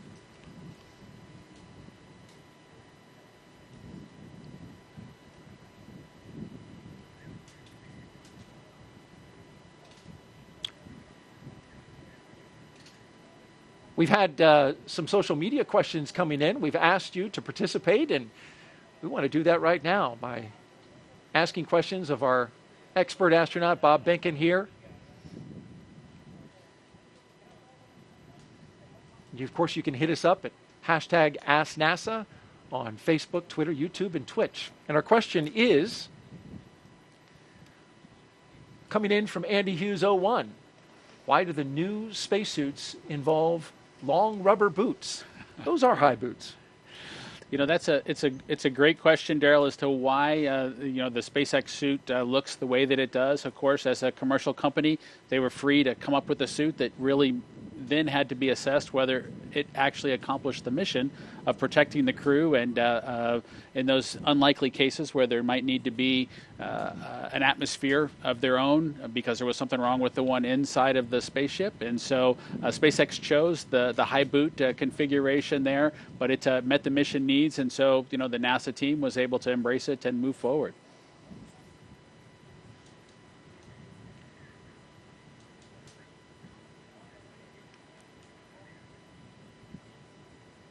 All right, we'll keep an eye on the action inside Crew Dragon Endurance and our 4 our 3 astronauts and 1 cosmonaut who are standing by.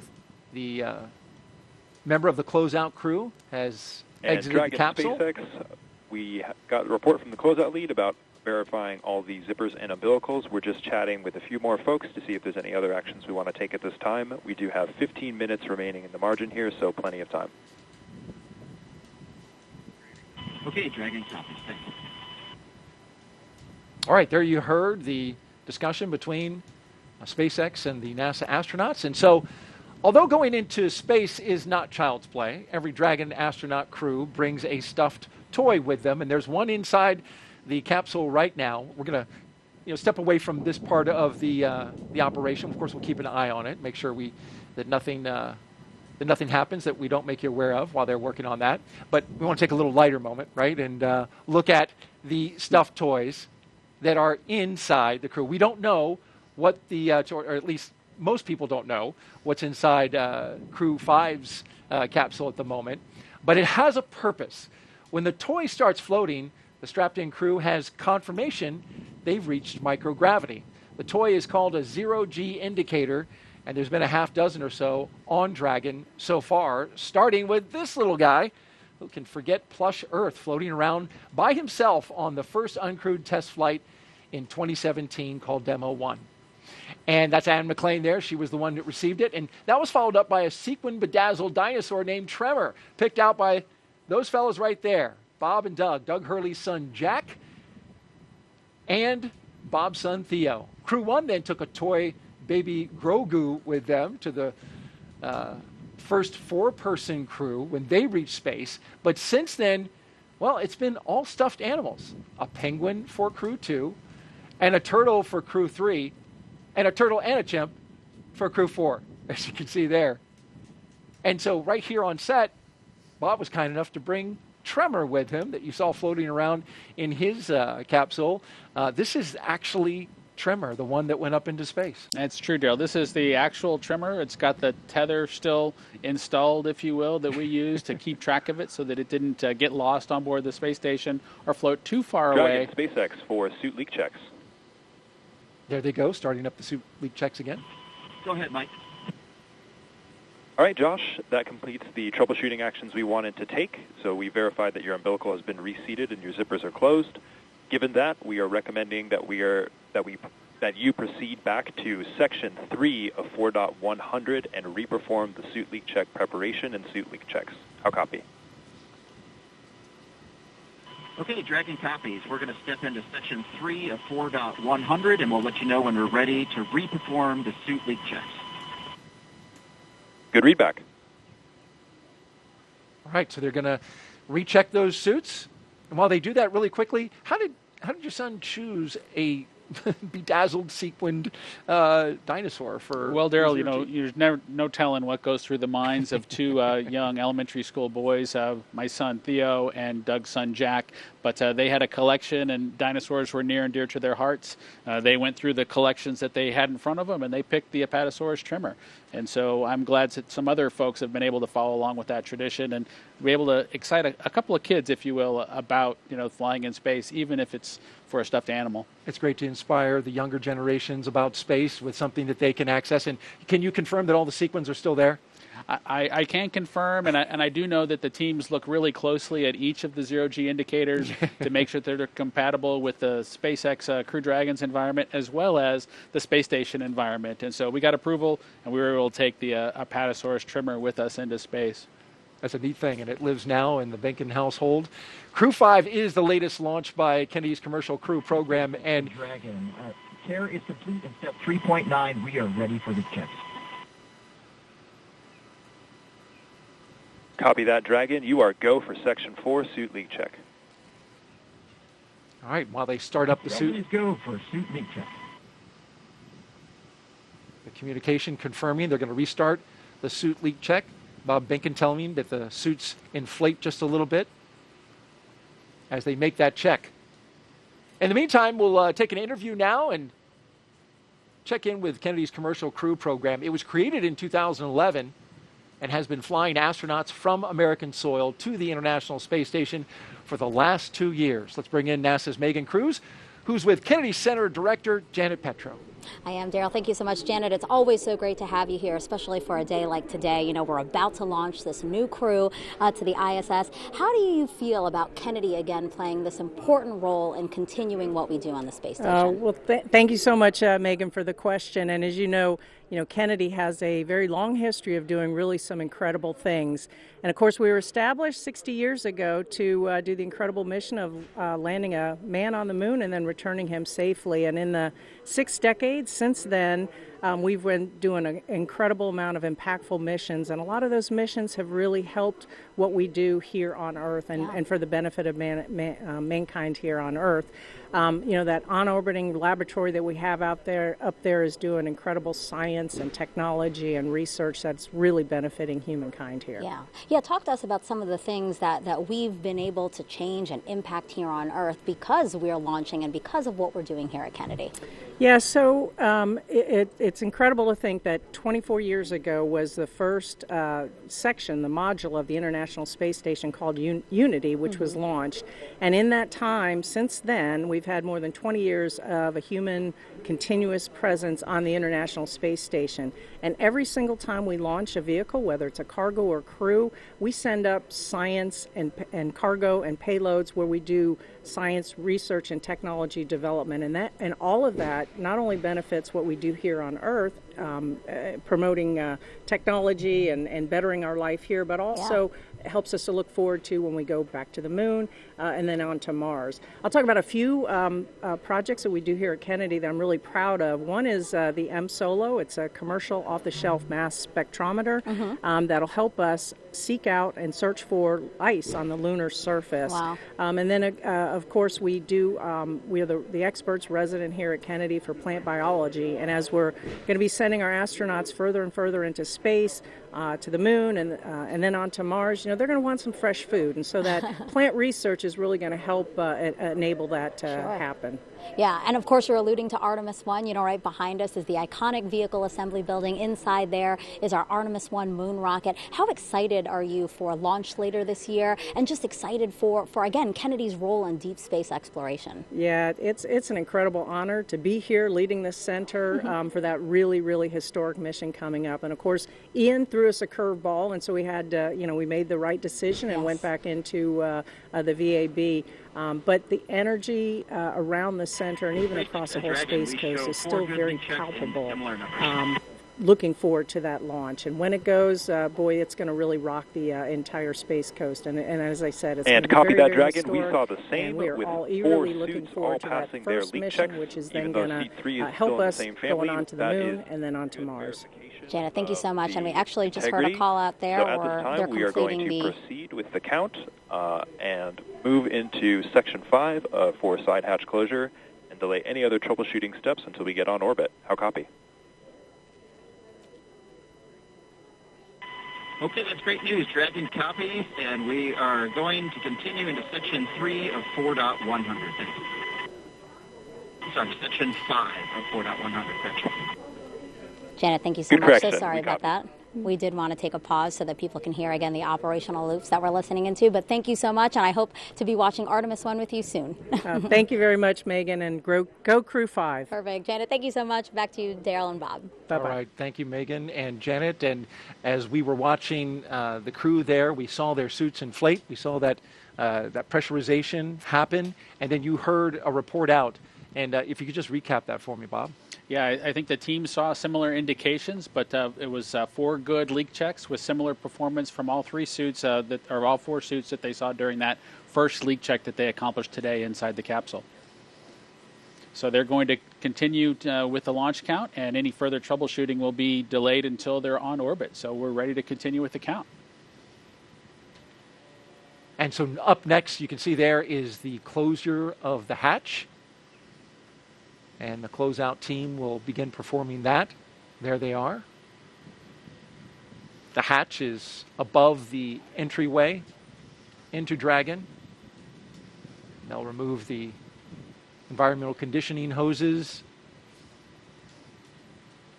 They'll document that seal and put that on their mobile pads and move through the process. You know, we always think of things like hatch closure as closing the door and it's done in an instant, but closure of the hatch on a spacecraft is done very carefully with a lot of meticulous steps to ensure that that environmental seal is just pristine and they are going to get a good seal when they close it up. You had the tech go over it and back into the spacecraft, so double check on that. They also document the seal. You'll see one of the techs take pictures all the way around the seal.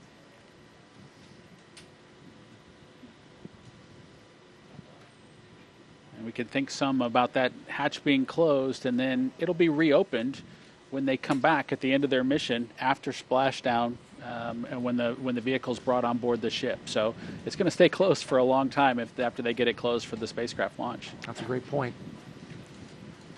So it needs to be closed well. Dragon, closeout team is taking final steps in preparation for side hatch closure. Stand by for transition to pad hatch closed. Ensure that all items are secure from now through launch. And what is that, Bob? It's just a protective piece of Dragon copies. All to make sure no items FOD or are anything secure. falls down Stand into by that for area. pad hatch closed. Good words. So some protective equipment for the seal there Correct. on the spacecraft. All right, very good. We'll keep watching the action and tracking the progress as we head down towards launch. T-minus 1 hour and 50 minutes until liftoff of Crew 5. I want to head on out to Megan Cruz, who is with our NASA administrator, Bill Nelson. Yeah, it's our honor to have you here, Administrator. Thank you so much. I want to talk to you about how we've had this continued presence on the ISS for 22 years. What do you think of that legacy? Isn't it something? Yeah. Think of the 3,000 investigations that we have done, scientific things, and the innumerable things that we've actually discovered doing all of this science on the International Space Station. Of course, it helps us train our astronauts as we get ready to go fly to the moon, and then we're going to go to Mars. It's such a unique and awesome platform. So yeah, the fact that we can have this continued presence is so great. And you know, Crew 5 is this first mission to resume integrated crew flights to the space station with Roscosmos. Integrated crews have always been the norm on the space station, right? That's right, because we built the space station together now with 15 nations, particularly with the Russians. There's a Russian segment on the station. They provide the propulsion. We, the U.S., provides the electricity.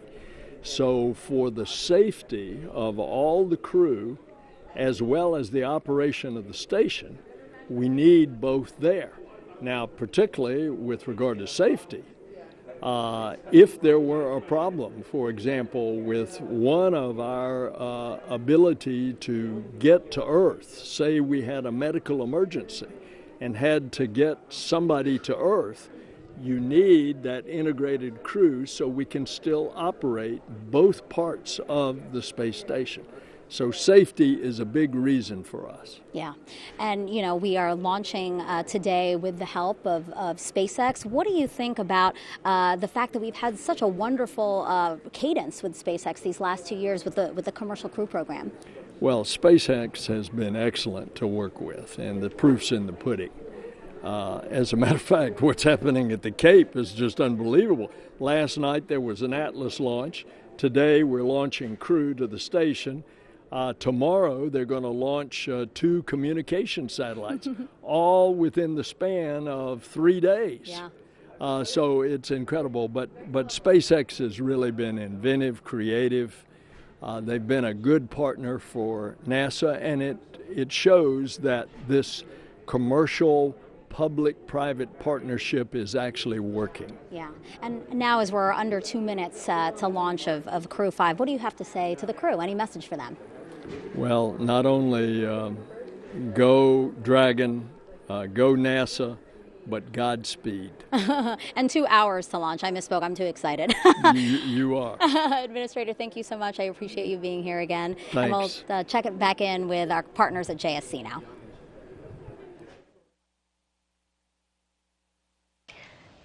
Thanks, Megan. And when Crew 5 arrives at the space station tomorrow evening, they'll officially become Expedition 68 flight engineers.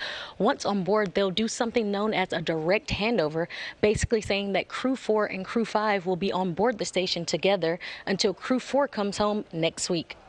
Crew 4 will be able to give Crew 5 an orientation and show them the ropes, which will be particularly helpful for first-time space flyers Nicole Mann, Josh Cassada, and Anna Kikina. A direct handover also helps ensure continuous U.S. presence on the space station, a record we've held almost 22 years. The space station is an orbiting laboratory, and they will jump right into research and investigations. Now I'll toss it over to Daryl at the Kennedy Space Center with a little bit more of that science. Daryl? Absolutely. Thank you very much, Shaniqua. And we continue to monitor the closure of the hatch on the Crew Dragon. You see the closeout team there. I want to take a closer look now at some of the life-changing science astronauts are performing aboard the International Space Station. The International Space Station is a state-of-the-art microgravity laboratory that is unlocking discoveries not possible on Earth and helping us push farther into deep space. Every single day, we are answering big questions about Earth and about space, about where we came from and about where we're going. But the other thing that we're doing is we're learning more questions to ask. Microgravity turns almost everything we know upside down. Liquids behave completely differently. Fire burns in new ways. Biological systems reveal surprises. There's a few things that have made me gasp out loud up on board the space station. Watching heart cells actually beat has been a pretty big one. We're studying ways to grow food in microgravity. I got to tell you, these are pretty amazing. We're learning how human bodies react to life in space and how to keep crew members safe and strong on long-duration exploration missions. Deadlifts are awesome on Earth. They're also awesome in zero gravity. We're testing technologies that will be critical to our return to the moon and great leap to Mars. Our research has contributed to medical and social benefits on our home planet, allowing us to find new ways to combat disease back on Earth and develop technologies to deliver clean water to remote communities in need. The spectacular vantage point of more than 200 miles above our planet supports our monitoring of Earth's climate, natural disasters, and plant life. The orbital perspective that we have here on the ISS is just absolutely amazing. Earth is gorgeous. The growing new space economy, so vital to our continued progress in space, is flourishing in low Earth orbit. We're inspiring future generations from a platform that is one of the largest international collaborations of our time. We're doing science at 17,500 miles per hour. Come along for the ride. So much about what these missions are about is the science. And even though, Bob, you were telling me, test flight, that of course it was historic at the time, that was reestablishing America's presence to launch from American soil, get to the space station. You didn't have a lot of science on your flight. But when you got up there was a lot of science to do, right? Even a backlog. Absolutely, Daryl. You know, for my launch guest, even though it was a test flight that we were headed to the space station to check out a new vehicle, my T-shirt said, "Because science." And that was the reason that we were going. And I was proud to be a part of when I arrived at the space station, of the science that we were able to accomplish. As you mentioned, there was a bit of a backlog. We had a single U.S. crew member, and Doug and I were put into service right away, trying to support getting the science program back up and running and back at full speed. Working hard on that science, just like our next guest who is joining us now. We have Mike Roberts here with us. He is the chief scientist for the ISS National Laboratory. Mike, thank you so much for being here with us today. It's a beautiful day to launch and a good day to talk about some of the science that's on board. You got currently, as I understand, 235 investigations on board. 76 of them are new, and you got a little bit of them flying right on this rocket here behind us. Yeah, it certainly is a beautiful day here today, and we look forward to getting the science off the ground. As Bob indicated, it's a very busy time up in orbit for the crew because they are very busy not only maintaining the science portfolio of NASA so that we can continue to live and operate in space. They're also conducting science in space that benefits us here directly on Earth, and that's an important part of why the ISS National Laboratory exists. What is some of the science that Crew 5 is working on? So as the crew goes up today and docks the station, they're going to be engaged in a lot of research that addresses medical needs here on Earth. We have partnerships with the National Institutes of Health through the National Center for Advancing Translational Sciences, which is doing some very important research that leverages the access to persistent microgravity dead environment. As Bob, I'm sure, experienced in the microgravity environment, your body's physiology adapts to that environment in different ways, and in some cases, those effects of microgravity on the body mimic the onset and progression of disease and aging here on Earth.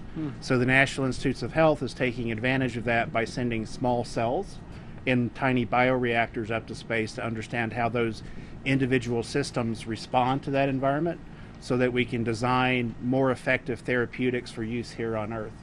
We also have experiments launching on Crew 5 going up with the crew today that are going to explore the effects of microgravity on the gut microbiome. A company is involved with Los Alamos National Laboratory, so it's another collaboration between ISS National Lab, Los Alamos National Lab, and its partners to better understand how microgravity impacts the gut microbiome and the human body. Microgravity, certainly an impact on astronauts the entire time they're out there. And we've been studying this for so long, and it's great to see a study that's looking at those internal functions of the gut. It'll be fascinating to see what comes of that. As we truck along here, I understand that we now have science on board the actual Crew 5 vehicle. That's not something that's always been capable of happening, right? We do. For ISS National Lab and all of the sponsors of the International Space Station, the availability of extra crew members going up on commercial crew has been a significant advantage. We've doubled the amount of time that's available for crew to conduct science. But also, we have the ability to utilize the crew vehicles to get some science up there that can fit within the confines that's not occupied by the crew. So while most of our science and supplies still go up on the commercial resupply vehicles, we're also able to utilize the vehicles themselves that are taking the crew up to get some expedited science up and get it back. And we're looking at some video now of Lambda Vision. If you could tell me a little bit about that. Another very important development in space is the utilization of space and access for commercial companies. So Lambda Vision is a small startup biotechnology company that is pioneering the use of bacterial rhodopsin, a protein from bacteria, that can be used to manufacture artificial retinas. So Lambda Vision is utilizing the absence of microgravity to improve their ability to manufacture these artificial retinas in space. These artificial retinas, when they're approved for use by the FDA, will enable Lambda Vision to offer the availability to recover from retinitis pigmentosa and macular degeneration here on Earth. Currently, there are no effective therapies for that recover full sight or full vision. How about that? This technology offers that advantage. Offering a lot of hope for people who suffer from those diseases, and so it'll be exciting to see what kind of results come from that experiment. It is, and Lambda Vision's had the opportunity through ISS National Lab and NASA to operate 4 different experiments in space. So this new era of easy access to space for supportive science that benefits here on Earth is really turning into some new great dividends for people on Earth. Mike Roberts, Chief Scientist for the ISS National Laboratory, thanks for being here and sharing your knowledge about the science on board the ISS. Thanks, Daryl. All right, as we continue to watch the operation and our team check through the milestones here, we will toss it back out to Houston. Actually, we're going to throw it to California and Hawthorne, where Sandra and Jesse are standing by. Thanks, Daryl. Earlier, we did talk about the progress that both NASA and SpaceX have made in human spaceflight since we first started flying Dragon regularly over 10 years ago. So to support our increasing number of human spaceflight missions, your spacesuit team has been busy at work, Jesse. Yes, we have. You might be surprised to know that the completion of the Crew 5 suits marks SpaceX's 50th completed IVA, or intravehicular activity suit, including development, training, and qualification suits. 30 of those suits were created for flight. This number is inclusive of the suits that the Crew 5 astronauts are wearing today. 17 of the 50 were built and used for development and training. One was used to get our suit qualified for space, and we produced suits to support the passengers for a couple demonstration missions as well. You may recall Starman and Ripley. Starman flew on our first Falcon Heavy flight in 2018 and is still flying around out in space. And Ripley was the anthropomorphic test device that flew on Demo 1 to help us collect lots of data before flying Bob and Doug. And as a reminder, this spacesuit that you've seen the crew wearing throughout operations today is an intravehicular activity suit designed for use inside Dragon. Its primary function is to protect the crew in the event of a cabin depressurization.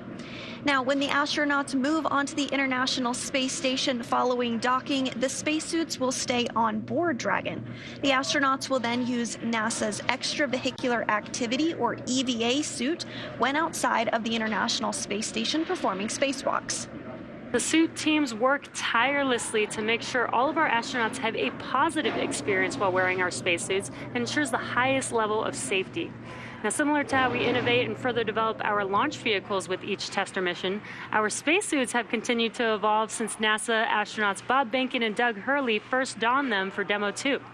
Some improvements include the patterning process for better fit. Patterns are the individual pieces of fabric that go together to create the suit.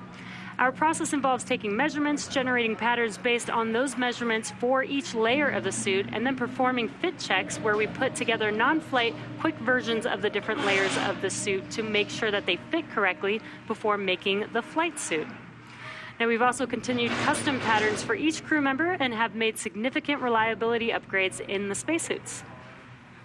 And while the suit is a single piece, which means the helmet, gloves, and boots all remain attached as one piece, with us today is a SpaceX helmet lent to us by the spacesuit team, and you can see it here on the table right now.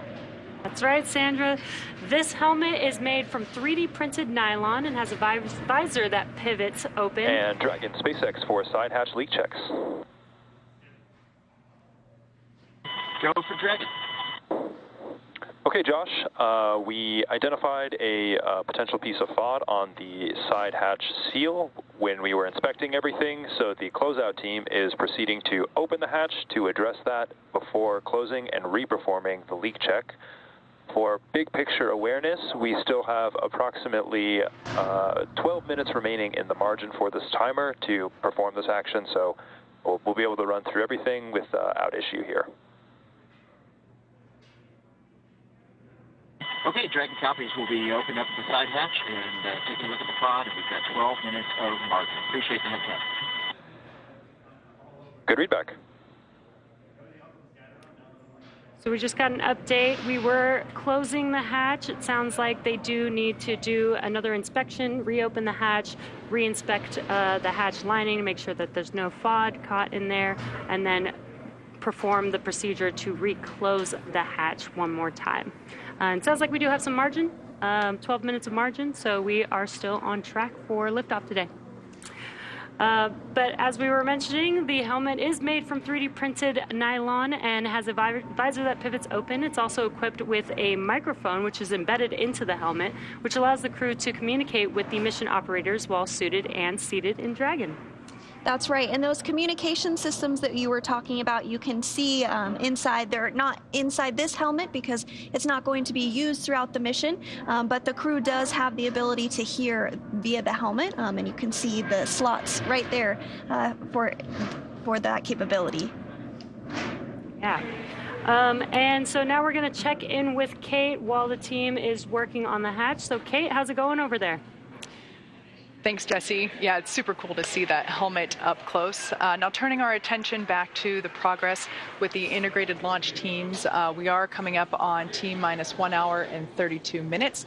As we just heard a couple of moments ago, the closeout team identified a little bit of FOD in that hatch seal.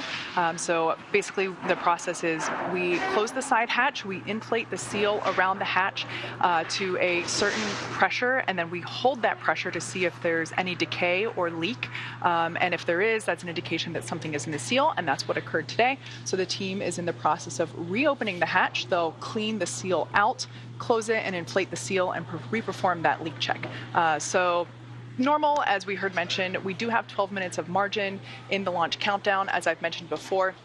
The countdown is to make sure that everybody is, all the integrated launch teams are aligned, and we do build margin in order to make sure that we can deal with things like this as they come up. Similar to whenever pilot Josh Cassida had a little bit of decay, or excuse me, not decay, a lower pressure value read on his suit, so we rechecked the suit pressure there as well. So working through those, no issues. We're still tracking for launch today, and as you can see, the crew seated there comfortably in the capsule. It looks like Anna might be taking a little pre-launch nap. I don't know if I personally would be able to pull that off, so I really admire the calmness that she's demonstrating today. So once that hatch is closed back up and we successfully leak check on that, we should be good to go. We see some movement there. She's not napping. As for the launch engineers, they are located in Firing Room 4 in the NASA Launch Control Center at Kennedy Space Center. They have a view through their large windows of Pad 39A, which is located just 5 kilometers east of them. Currently, the Falcon 9 team is loading helium and nitrogen gas into storage bottles on the launch vehicle. You see on your screen Firing Room 4 there now. RF checkouts are now also complete, and the final review of vehicle testing performed earlier today is underway. So the SpaceX chief engineer, who for this mission is Dan Alex, he will check in with the team at T-minus 80 minutes to verify that we are good to continue with the countdown. Now, the next major activity, we will flow a small amount of fuel into the first stage to prime those Merlin 1D engines for ignition. The team is also monitoring fuel and liquid oxygen loading preparations, ensuring that the propellants in the ground tanks are correctly chilled to prior to loading them onto Falcon 9.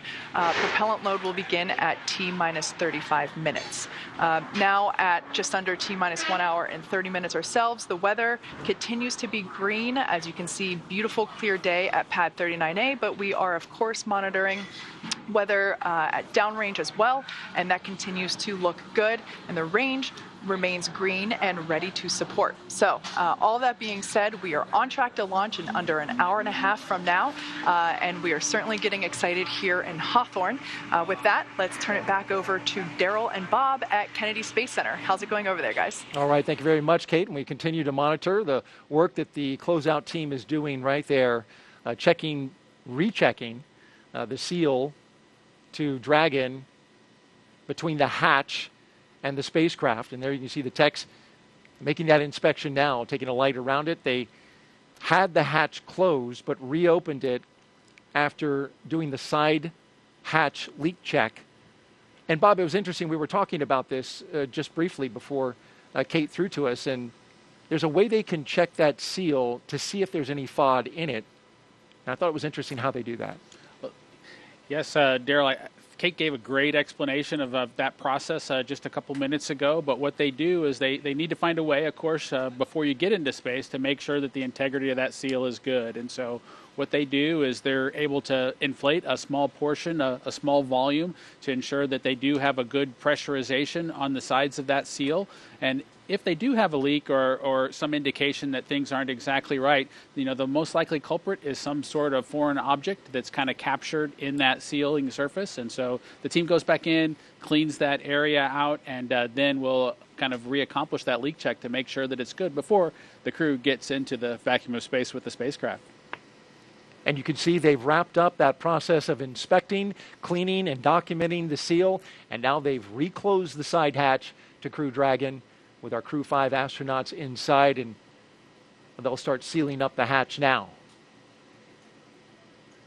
We'll keep monitoring the action and let you know what's going on. And Dragon, for a quick update, the closeout team was able to open the side hatch and remove the hair that they identified as FOD. They've closed the side hatch and are stepping into their leak checks right now. We are right on schedule for launch today. Dragon copies. That's great news, and we're standing by for that lead check. Thanks. Okay, well, there you heard confirmation that they found what it was. And real quick, Bob, before we throw it to an interview, a hair was identified. It's fascinating to me that something as small as hair can actually compromise a seal. Yes, it's really important that that area is super pristine, and like we talked about a little bit earlier, that hatch is going to be closed for 6 months as they make their way into orbit, and then won't get open until they come back and are on aboard the recovery ship. Dragon Ground is going to be commencing a health check for launch escape system a second time. Expect a momentary flight computer state change, followed by that transition back to pad hatch closed. Dragon copies. We'll expect it again prior to going back to pad hatch closed. Thanks. Good readback.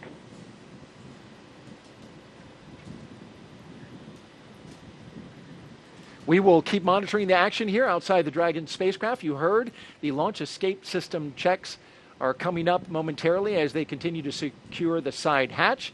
In the meantime, let's go out to Megan Cruz, who has a very special guest, Lieutenant General Thomas Stafford, one of the 24 astronauts we sent to the moon. Megan. Yes, Daryl, I'm very excited to have the Lieutenant General here with me today. I'm so honored to be sitting next to you here. I wanted to ask you, is this your first crewed launch that you've seen? Oh, no, Megan. I was here before when we had commercial launch number 2. So always just love to see a launch. Absolutely. Having done 4 missions, Yeah. I mean, does it make you kind of reminisce on those 4 missions you've had? You're a part of the Gemini and Apollo programs, and we actually have some pictures of you from those missions that we'd love to share with everyone. Can you talk us through what this picture is? Here we are right after we've landed on Gemini 9. That was in June 6, 1966. There's Gene Cernan, my pilot. He's the first one to walk in space completely around the world. We did 3 different rendezvous on that. And we also touched down closer than any Gemini or Apollo. Wow. And then we have another picture, actually. This one's from Apollo 10, right? And that's you, the second astronaut farthest from the transport van, right? Right. So that was a great mission. It was the first lunar module to the moon. And I did the first. We were too heavy to land, or we might have had a chance to be the first ones to land on the moon. But we were too heavy to land, but we went down to 9 miles above the lunar surface. Photo mapped, radar mapped, and visually mapped, picked out an ellipse that had 3 potential landing sites. He did that twice and came up and did the first rendezvous around the moon. Yeah. And then on the way back set the all-time world speed record. This picture's a little blurry, but it's honestly my favorite of the 3 pictures. Can you tell us what's happening here? You guys are on your way to the moon here, right? We're on our way to the moon. We're walking slow to the transfer van. But then on the way back, we were doing 24,791 miles an hour, or Mach 36. Miles per second, making 7 miles a second. Wow. So that record still stands. Wow. We're talking about the Apollo 10 mission and the work that you guys were able to establish to get us where we are today with our Artemis 1 moon rocket right behind us in the vehicle assembly building. Are you looking forward to the Artemis 1 launch later this year? Oh, absolutely. I worked on helping getting that through Congress back in 2010. That's the authorization that authorized it. So I've had 12 years of work on that one. Yes. Lieutenant General, thank you so much for being here, and I hope you enjoy the Crew 5 launch today. Oh, it's great to be here. The weather's good, and I'm sure you're going to have a great launch, man. Thank you so much. All right, Daryl, we'll send it back to you. Wow, well, that was fantastic to hear from the Lieutenant General. Loud and clear. Stand by from ComCheck by Launch Control. Dragon, Launch Control on countdown 1, ComCheck. Launch Control, Dragon, loud and clear. Launch Control, loud and clear. Stand by for ComCheck by the Chief Engineer. We're getting ComCheck Dragon, right now. CE on countdown 1, ComCheck. Listening in. CE, Dragon, loud and clear. CE, loud and clear. Also, this completes the Falcon 9 Responsible Engineer ComChecks. There will be a series of these checks.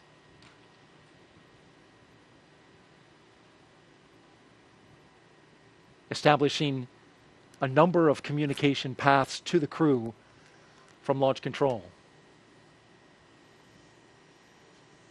Want to just update you really quick. We got a good side hatch leak check. Again, a good side hatch leak check after some FOD was found that compromised it following the first closure. Teams went back in, opened the hatch, cleaned off the seal, shut the hatch back, rechecked the seal, and we are good to go.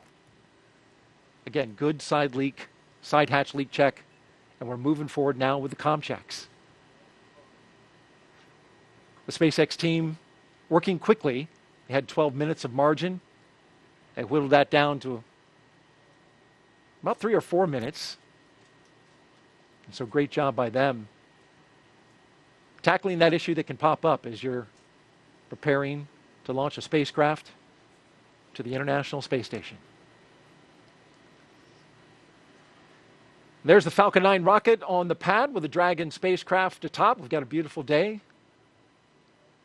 Nice skies above. Take a little moment to listen to a special message now from somebody who's familiar to both of us, more him than me. Our previous co-host from the last crew mission, Crew 4, and the launch broadcast, a very special person to all of us here. Let's take a listen. Hello, husband. It looks like you're doing a great job with the launch commentary. Keep up the great work. It seems like all those tips that I gave you are paying off. A couple of things I forgot to mention, though. You should probably share some of your snacks with Daryl because he does get a little hangry if he doesn't get enough to eat. And also, it's important as the co-host to make sure you laugh and smile at all of his jokes. It makes him feel really good. Actually, there's a couple other people in the family that want to say hello to you as well. Just give me 1 second.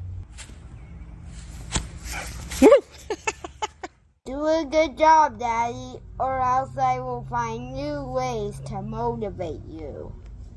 In all seriousness, though, Nicole and Josh and Koichi and Anna, I want to wish you well on your journey. You guys have worked so hard to get here. You're going to be absolutely outstanding on the International Space Station. I cannot wait to see you up there. We're going to be cheering you on from down here. Have a blast, and we'll see you when you get home. What a beautiful message. She's so good with the camera and giving the message. Thank you so much to Megan MacArthur for saying that. By the way, I've taken care of myself. I've got my food here. But it's so good to see her, and you're a little touched by her message. No, it was absolutely great to see my wife, of course, our dog Shadow, who arrived in our family after we returned from the Demo 2 mission. You know, my son requested Dragon approval. SpaceX, we just had a good side hatch leak check. My son requested approval. Dragon copies. That is great news. To have a dog when the mission was accomplished, and so that was pretty cool to have the dog included. And, of course, Darth Vader making a guest appearance, not something that I expected, but that costume has a little bit of history. We surprised Megan during the mission on board her time on Space Station with that costume, and surprisingly, she found one on board Space Station to surprise us right back. How about that? And he's using the dark side of the Force at the moment. He's going to motivate an answer out of you. He may have heard that line from both his mother and myself as we try to work through elementary school. Well, a nice moment there. Thank you, Megan, for doing that. And I'll make sure Bob laughs at my jokes, or maybe I need to just tell better jokes. That's what it is. Hey, we want to catch you up on the action. We did have some FOD that was found in the seal.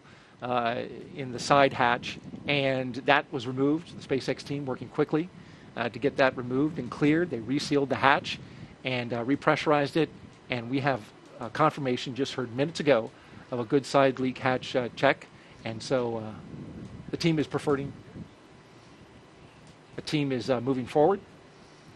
The beautiful shot of Dragon as we look out over the Atlantic. We've got some social media questions, and we asked you to submit them.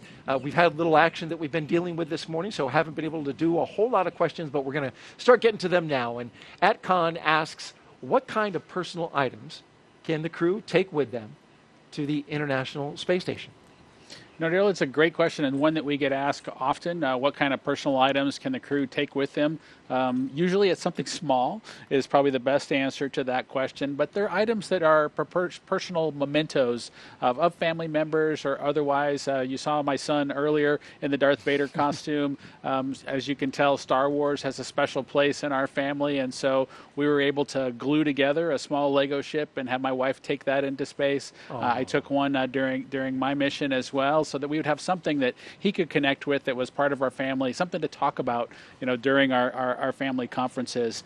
There are many small items with individuals that you want to make a personal connections with that typically the crew will take with them.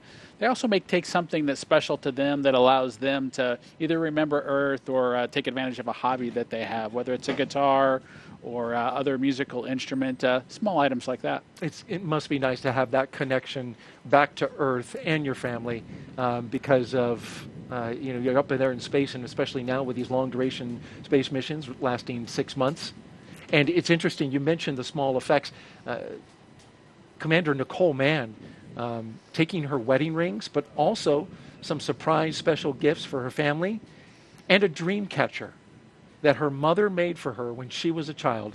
That's aboard her personal effects, which you get about 3.3 pounds of personal effects, as you mentioned. So a nice cultural memento, part of her heritage as a Native American, the first Native American woman to go to space. Let's check back now with California and toss it out to Hawthorne with Sandra and Jesse. Ladies? Thanks, Daryl. We are just 1 hour and a little over 15 minutes from launch, and it is getting more and more exciting as we get to that T0. The crew has already ingressed the Dragon vehicle. They were helped out by our closeout team. Umbilicals were attached to their suits, which provides breathing air and comms to Dragon. Suit leak checks were completed, as well as comms checks completed with the core and the launch director.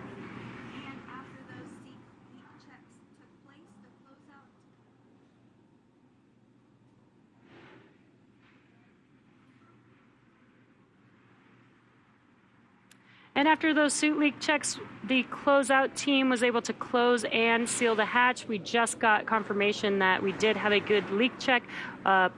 During the first round of closing the hatch, they did find a piece of FOD. It was a piece of hair.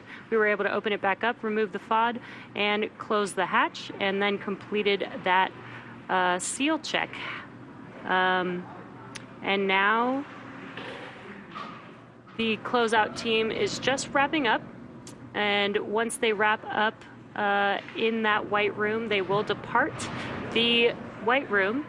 And those final weather checks will be coming up soon, which will be necessary before a final go, no go. And there you can see the closeout team there on your screen. Again, just wrapping up the final procedures for hatch closure there.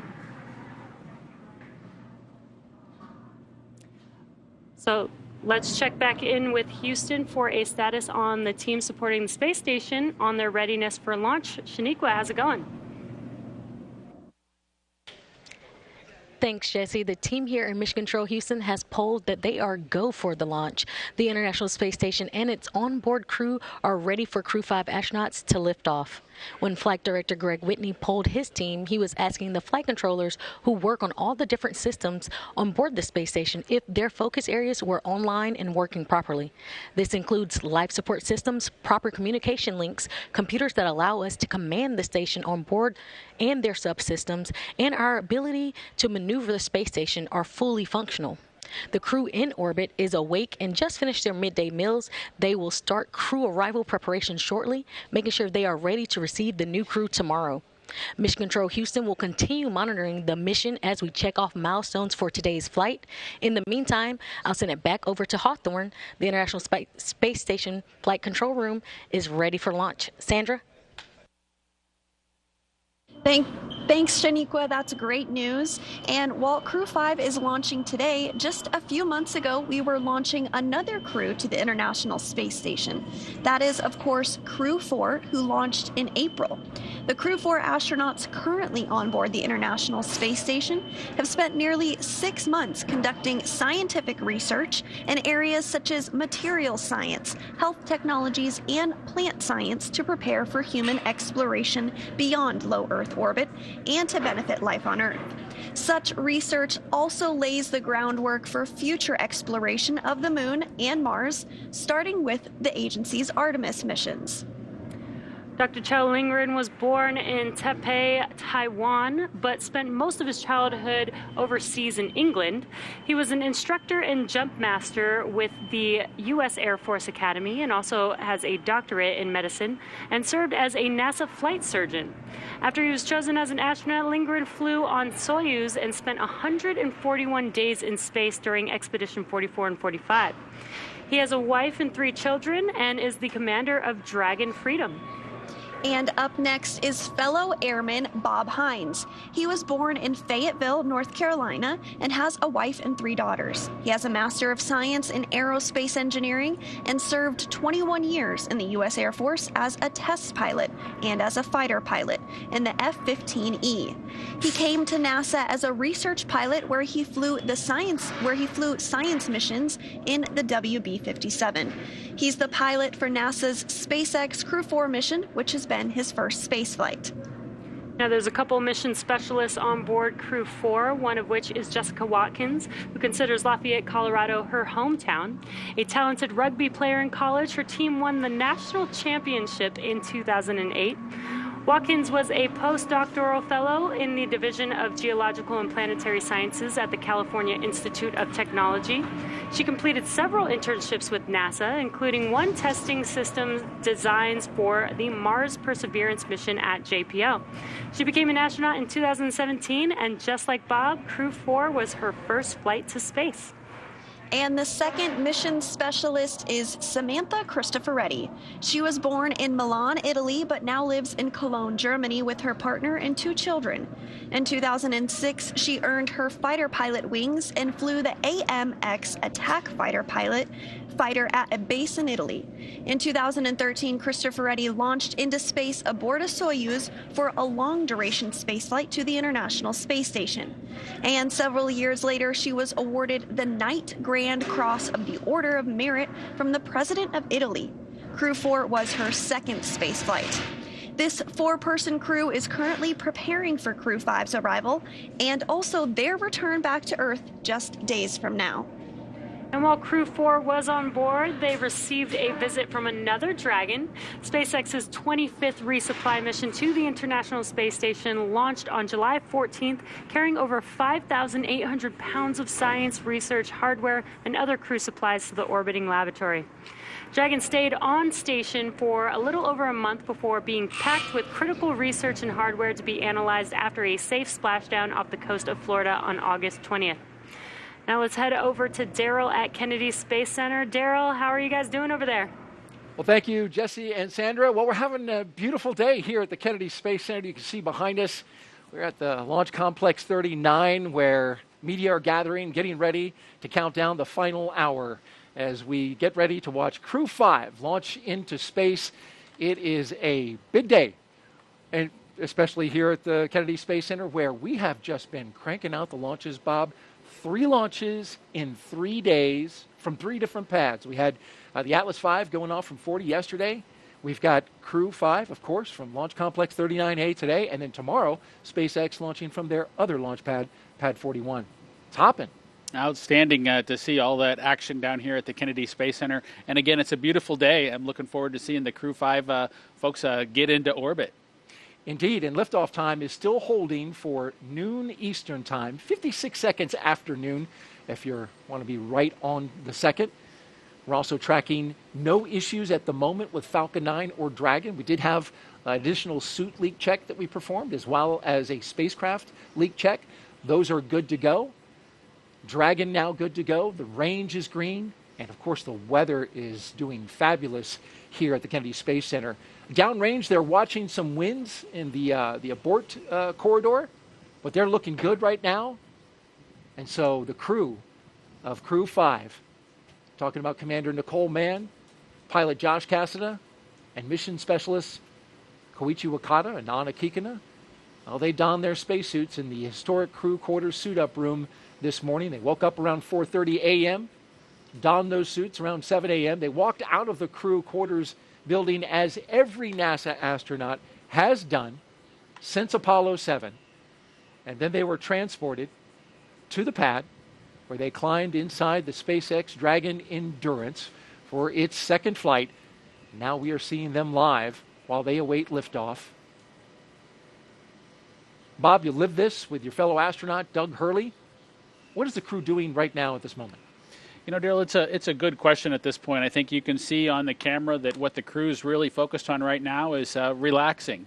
You know, they've had a hectic morning, if you will, one that's very well scripted, one that's very well controlled, but one that causes them to need to be on schedule through all the individual milestones leading up to launch. That part's behind them now, and they're taking a chance to relax and catch their breath before the tanking operations begin here in just a few minutes. Indeed, tanking coming up, as well as the launch escape system checkout and the arming that will follow. The rocket is on the pad, ready to go. And over the next hour, we will conduct a series of polls to get ready for launch. The crew will also, as I mentioned, they'll be arming that launch escape system, and then the fueling of Falcon 9 will begin. Let's talk a little bit about the details of today's flight. Launch, of course, as we mentioned, set for just a few seconds after noon, a little more than an hour from now. And then Crew 5 astronauts will race towards space, reaching orbit in about 12 minutes. That's followed by a roughly 29-hour flight to dock with the International Space Station, one of the longer transit times to the ISS. And then that docking will happen at 4:57 p.m. Eastern Time tomorrow. And, of course, we'll have coverage of that. A quick history of NASA's Commercial Crew program. It all began with the first successful and historic test flight Dragon of SpaceX. Crew Dragon. The closeout team has departed the crew arm, and with that, ground is going to cycle the orbit tank isolation valves to equalize low flow pressure. Dragon top. All right, they're cycling the valve there, and as well, closeout team is now departing that location that you see, 39A. They'll be making their way off the pad, and that will lead us into getting ready to fuel the rocket. Of course, I was talking about the historic test flight for my partner here and co-host, Bob Benkin. His crewmate, Doug Hurley. Together they flew the mission that was called Demo 2. And after Bob and Doug returned, of course, NASA was certified with SpaceX to fly astronauts regularly to and from the International Space Station. And, of course, that led to the regular rotational missions that we see today, the 5th rotational mission to the International Space Station.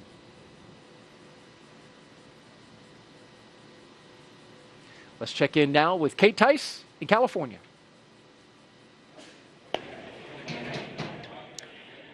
Thanks, Daryl. Quick status update for those that have recently tuned in. We've had a smooth countdown so far today. You can see there on your screen, our 4 Crew 5 astronauts have ingressed. They are in their seats. Their 5-point safety harness is buckled in, and they are looking relaxed and ready to go. They ingressed about an hour and 45 minutes ago, and the teams have completed the required comm checks, the suit leak checks, the side hatch closure, and its associated leak check. We did have to redo that leak check as a piece of FOD was found in the seal. So we opened the hatch back up, cleared out the seal, cleaned it, and then closed the hatch again and reperformed that leak check, and we got good lead check there. And we heard just moments ago that the closeout team is beginning to depart the pad. And at that point in time, it'll just be the Crew 5 astronauts left on the pad once the closeout team departs the BDA. At this point in time, I'm happy to report that the SpaceX team is working no issues, and the pace is certainly beginning to pick up.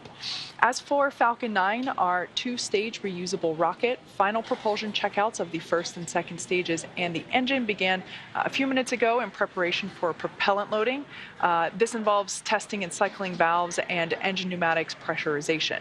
At T-minus 45 minutes, the team will report their readiness for prop load with a final electronic go, no-go poll. Again, that prop load will begin at T-minus 35 minutes. As for Dragon, before we can start loading propellant on Falcon 9, we still have a few Dragon-related tasks to perform. First, we need to retract the crew access arm away from the Dragon capsule. We can see it there, currently connecting the crew tower to the capsule. We will need to retract that access arm away to its launch position. That will happen between T-minus 44 and 42 minutes, so shortly coming up. That will be the last physical change to the crew tower. With the access arm out of the way, the launch escape system will then be armed. Once those two events are complete, Dragon will be ready for Falcon propellant loading. We did hear earlier in one of the pre-launch briefs that once the launch escape system is armed, we will not have the ability to recycle. So we are basically locked in for launch today as soon as we have that launch system armed. As for weather, we will also verify with the launch weather officer that all the weather meets all of the associated constraints, including items such as wind speed, lightning, and precipitation. Looks like with those beautiful blue sky behind Falcon and barely any clouds, we don't think rain is going to be an issue, nor lightning. Now, we do expect acceptable weather conditions for launch, both at surface level and upper altitudes. As I mentioned earlier, we have been watching those downrange winds, and they continue to trend favorably. So everything green there. As for the range, currently clear for launch from historic launch pad 39A, the worldwide network of ground stations, and the tracking and data relay satellites, or TDRS as you hear us refer to it as. Those are ready to support Dragon as it heads into orbit. Today we have an instantaneous launch window at 12 p.m. Eastern, noon on the dot. Once we begin loading propellant, there is no opportunity to change that T0. The timing for Dragon to rendezvous with the International Space Station is incredibly precise, down to the very second. So we only get one chance at it today. But at good news, at T-minus 1 hour on the dot and counting, we are go for launch. And we are now less than 1 hour until liftoff. This day is Dragon, the continue. You are go for section 6. When ready, report go for launch. Dragon copies. We're stepping into section 6 at 4.100, preparation for LES Army. Good readback. So again, we are now less than 1 hour until liftoff, and this day is the continuation of regular crew flights to the space station from U.S. soil.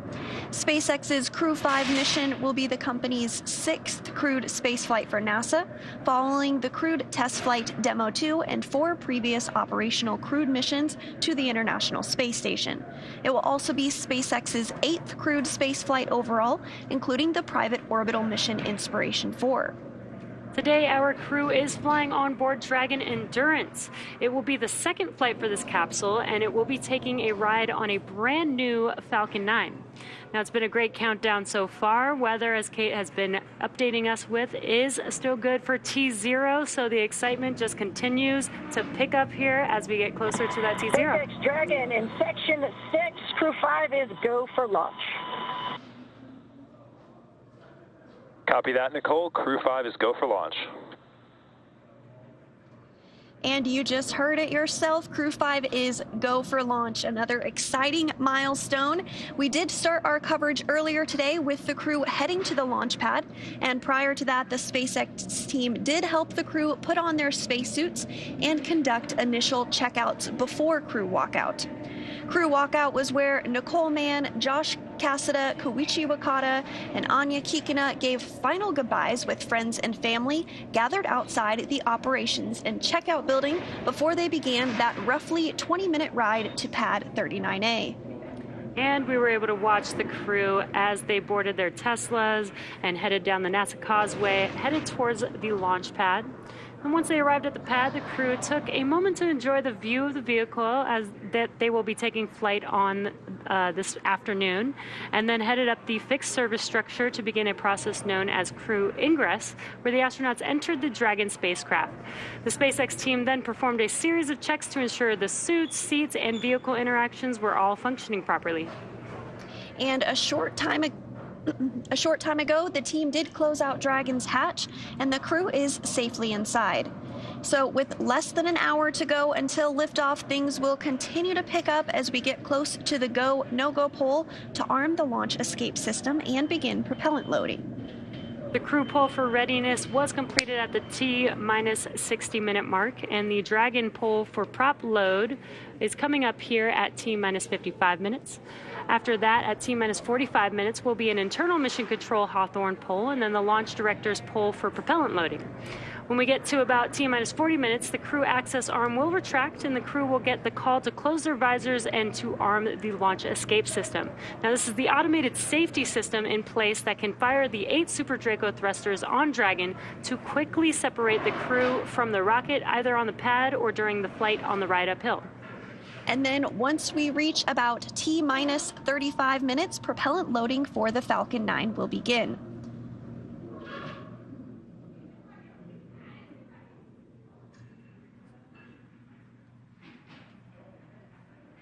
So we did hear that the crew is go for launch. Great news. So with that, let's send it back to the team in Florida. Megan? Great news, guys. So yeah, now I'm joined with Brian Onyate, but I'm going to have him say his title because I think I'm going to mess it up. So you say what you are. Sure. Good morning. Yeah, I'm the Chief of the Utilization and Life Sciences Office here at Kennedy Space Center. Yeah, it was a little long. I was like, I'm going to have him say it. Yep, long title. So I wanted to talk to you about how NASA has been studying plant growth and microgravity for many years now. So tell us about the 2 experiments that Crew 5 is going to be working on while they're on station. Sure. We have 2 experiments going up. One is more of a plant research experiment. We call it Plant Habitat 03. It will be going into the Advanced Plant Habitat. And actually, that plant experiment is doing a generational study. So as you can see, that's the advanced plant habitat, and the plant that is growing in there is called Arabidopsis. It's our model plant, and basically we're going to grow that and get it all the way to seed. And the study is basically getting those seeds, bringing them back, and then reflying those seeds to see what happens. So what's interesting is... And the second picture, right, that we have, that's how you capture the seeds. Yeah, that's how we capture the seeds. What's interesting about those seeds, they're actually the size of pepper. So imagine the pepper that you put on your food, very tiny, very small. So we had to actually develop these capture bags to grab those seeds. So what we're noticing is in a previous experiment, the DNA of the plant actually changed, and it almost seemed like it was trying to protect itself from the environment of space, the harsh environment that's up there. So what we want to study is, can we actually grab those seeds, and will those seeds remember that environment? So when we fly the second generation, will they kind of have a leg up? Will they go already kind of pre-programmed to protect themselves, so that way the plants will thrive in space? That's interesting. Yeah. Why is that something that you wanted to see? What can we learn from that or use? Yeah, so what we can do is, for exploration with NASA, obviously we want to get to the orbiting station around the moon one day, or the surface, or the transit vehicle, or Mars. How can we better prepare the plants that we send, or the crops that we send up there, so that they actually are ready to go, they'll thrive, and we understand what's happening so that the crew can actually consume something great. So. Always forward thinking here at always NASA. Forward We're thinking. great. Yeah, always forward thinking. Well, let's talk about the second experiment. That one's called Veg-05, and we have some props here to kind of walk people through that, Yeah, right? we do, yeah. So Veg-05, it's actually, we're growing dwarf tomato plants, Okay. and we're going to put them in this, what we call here is a plant pillow. What's interesting, it's actually made out of Kevlar, so exactly what police use in their police vests, so I guess they might be bulletproof, plant pillows. But yeah, so these plant pillows, it's just basically how do we hold the soil, how do we put the fertilizer and the seed in there in order for us to grow the plants. Because they would just fly around on the space station. They would just fly around on the space station. So we have a little, what we call a quick disconnect here. This is where we apply the water. So once we apply the water in there, we have to keep watering it like here on Earth and just let the plants grow and let them thrive in space. So, and you mentioned the fertilizer. Yep, the fertilizer and the arsenite. So what you see there on the right there is the arsenite, which is actually clay chips, right? It's the soil that basically allows the water to be absorbed and allows the plants' roots to kind of grow in there and grab water and nutrients.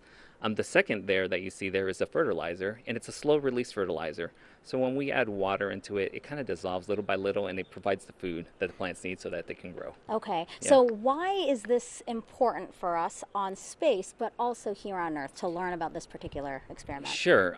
Both of these experiments are important. One is obviously for exploration, we want to make sure that the seeds that we send, the plants that we grow, will thrive, right? So how can we make them excel in space, right?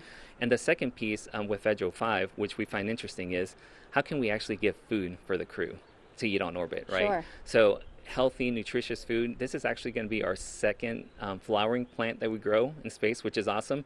So they'll grow up there, they'll have to pollinate, and the crew members might have to be our space bees. Oh. We don't have bees up there to help us pollinate, so they might have to, help with pollination. They'll grow, and then hopefully they'll get some nutritious fresh food up there. And the benefit, what I find interesting here for Earth is there's a lot of things that we learn with ISS. ISS is basically a laboratory or another test tool. So we really want to see what data can we gather from growing up there. So when we bring it down to Earth, if we're in a stressful environment or another environment that is challenging, what did we learn up there so we can actually grow better crops here on Earth? I love hearing about the science, Brian. Thank you so much for sharing that with us. No problem. Sounds great. Thank you. We'll send it back to you guys. Thank you, Megan and Brian. And throughout the show, we've been taking your hashtag Ask NASA questions from social media. We have time for a few more that have been coming in, and we appreciate those questions coming in. If you want to submit one, it's hashtag Ask NASA on our streaming channels, NASA Facebook, Twitter, YouTube, and Twitch. The question is from Aditi on YouTube. He asked Bob Binkin, how was the launch experience different on Space Shuttle and Crew Dragon? Was one better than the other?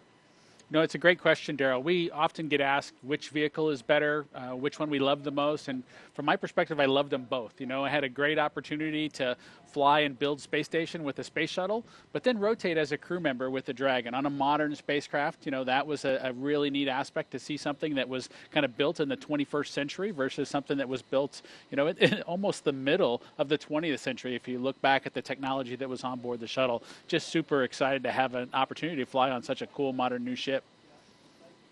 And now, next question at Mike Mangano. I hope I'm pronouncing that correctly. Asked, and this is a fitting question for you, Bob. Did the NASA astronauts who fly the Dragon capsule help in the design of the capsule? Why, yes, they did, and that was you.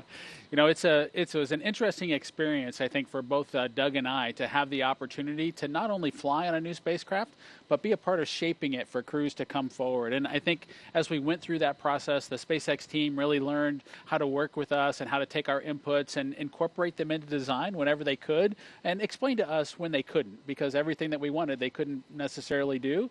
But we were able to compromise and come up with good solutions so that years later, maybe in Crew 5's case, they wouldn't be cursing Bob and Doug's name as to what they had agreed to or said was acceptable when the time came. We wanted to have opportunities for them to have choices. We included the opportunity to write on paper, but also to have a tablet, so that crews, as they went forward with their missions, would be able to find the place that, helped them be as successful as they could be. And so I'm hopeful that there just aren't too many curses associated with Bob and Doug, and it's mostly, hey, those guys, they were thinking when they did this. So.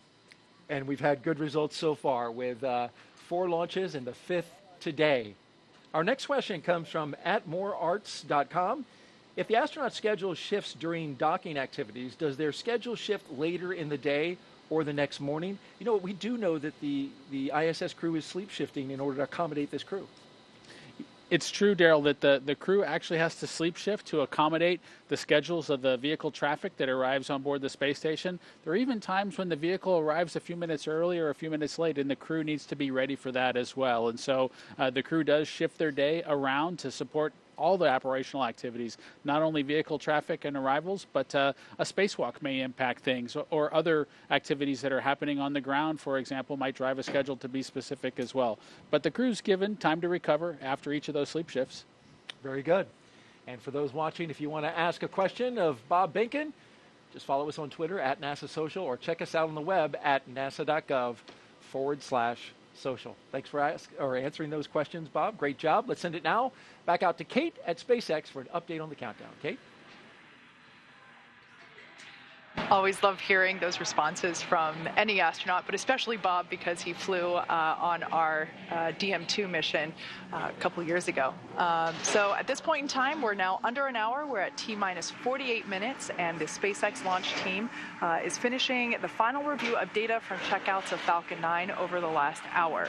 The launch director has verified with the launch weather officer that weather meets propellant loading constraints. So next up will be to poll the team for readiness, both for propellant load and for launch. This will be the last poll before liftoff.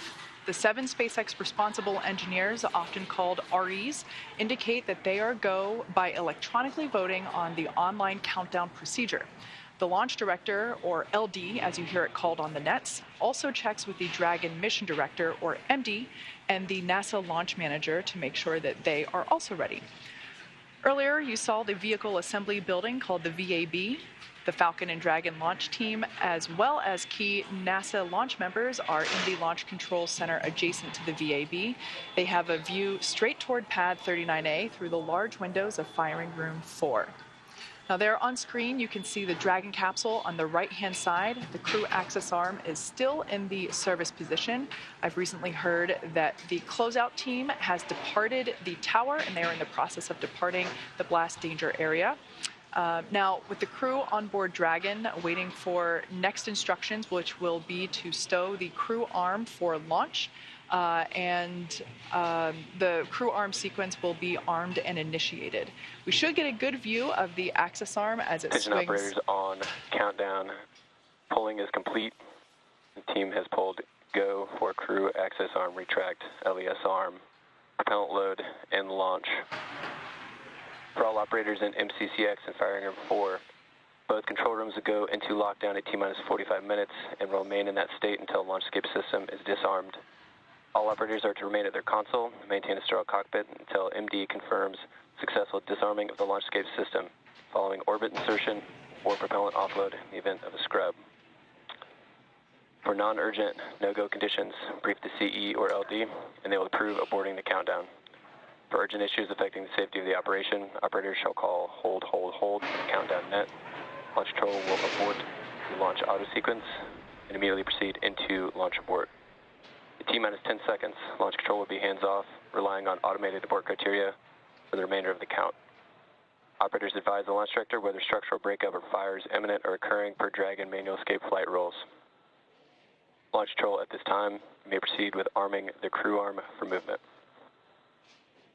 Launch control copies, proceeding to arm crew arm for movement.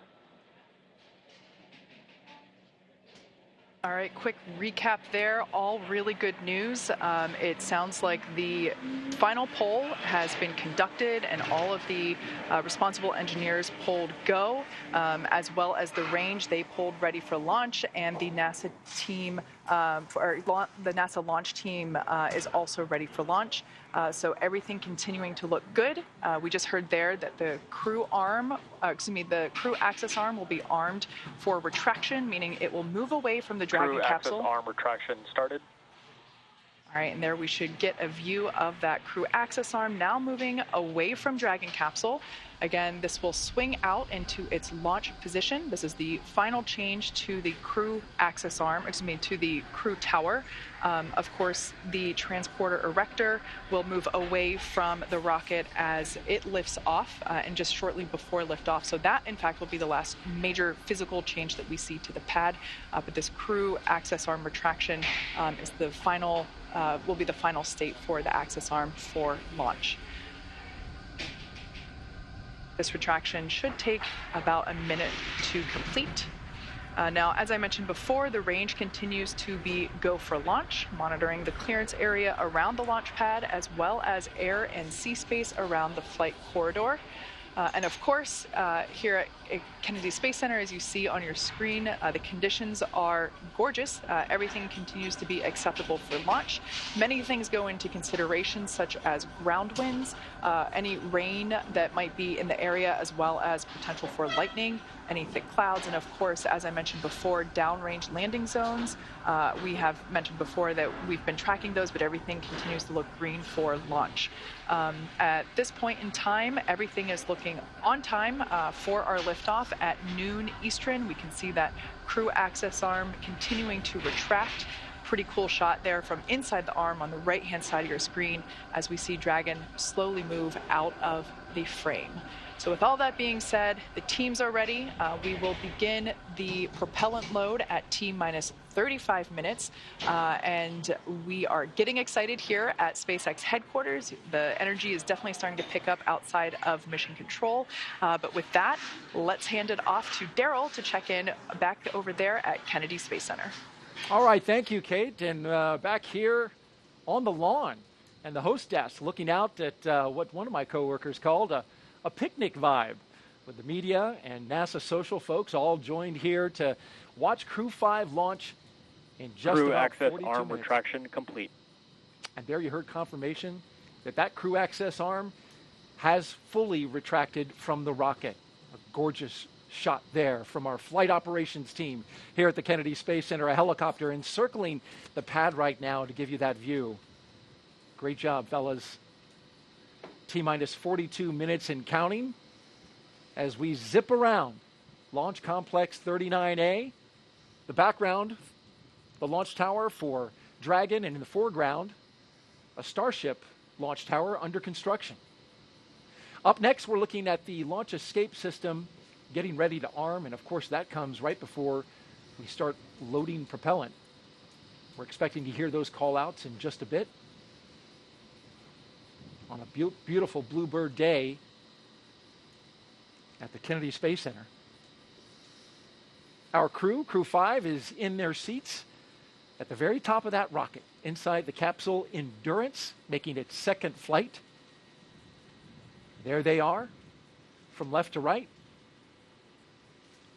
Cosmonaut Anna Kikina, Josh Cassada, Nicole Mann, and Koichi Wakata. And Daryl, they're getting into position to begin their procedure that'll have them arming that launch escape system that you mentioned. They'll be able to hear some clicking of valves and follow along on their display screen as once they've kicked off that procedure, as the vehicle kind of catches up and completes that arming sequence.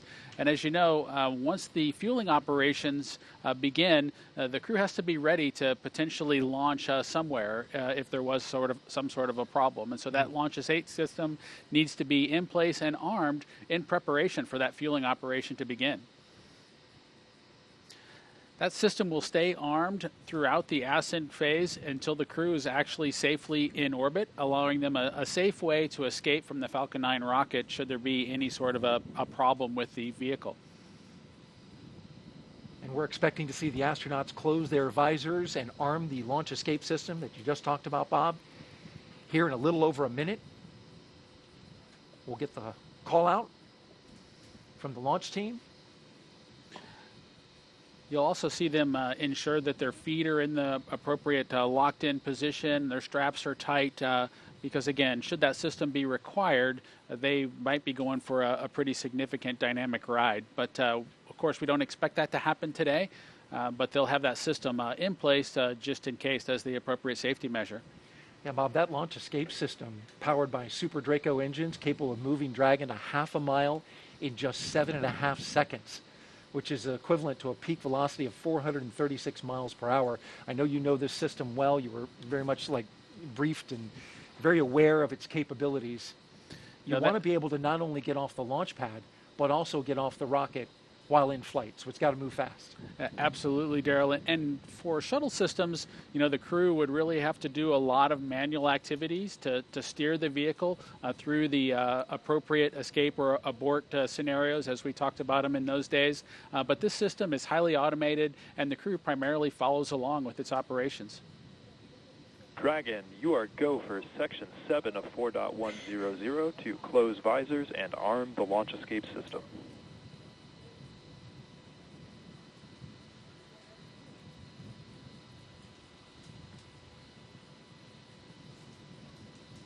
SpaceX Dragon copies stepping into Section 7. All crew visors are closed. We are arming the launch escape system. SpaceX copies all. That's Commander Nicole Mann reporting back and confirming. Their visors are closed, and they are ready to arm the launch escape system. And you can see the crew members pulling their straps and ensuring that they are buckled in, because from a crew perspective, that relaxation period that I talked about earlier is now over. Yeah, it's all business now. Want to make sure that you're in your seat, firm and tight, for the operation of fueling. This is also the part of the operation that starts to be a little bit different than training. You really can't capture the This is tones. empty on countdown 1. Launch escape system is verified armed. All right, we got the verification of the armed escape system. So from a training perspective, the sounds and things that the crew will hear during the loading operation are just different than they're able to capture from a training perspective. And so now's when it starts to, again, be a little bit different from a crew perspective. There's no simulating that system. There is some acoustics that they tried to capture. Falcon 9 tanks will be venting for the start of prop load. Expect loud venting. That they tried to capture with the Demo 1 audio, if you will. But as you heard in the comm that just came through there, you need to get reminded to expect loud venting during some of the operations. And these are new things from a crew perspective that you've been briefed on, but now you're going to hear them for the first time.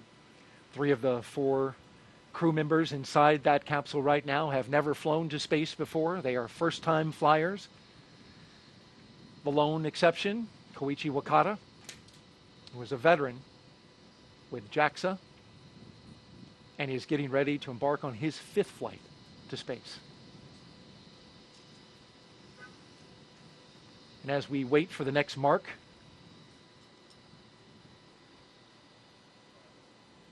the crew's experience, whether it's a space shuttle or a Soyuz or the Dragon vehicle or Starliner or Artemis, as we move towards that, these experiences are all slightly different. And so I'm excited to hear, Koichi's discussion as he tries to balance and describe all 3 of them side by side when he gets back from this mission. Would love to hear him talk about the comparisons. There's only a few astronauts like him, right, that have been able to fly on all 3 vehicles. Yes, and as we go forward here with the Artemis missions coming forward, I'm excited to have folks compare and contrast their Orion experience, their SLS experience with Falcon 9 or our other rockets. That's going to be fun. Just a few seconds now, and we're awaiting the confirmation to the beginning of loading propellant into the Falcon 9 rocket. With a beautiful shot there as we encircle the launch pad.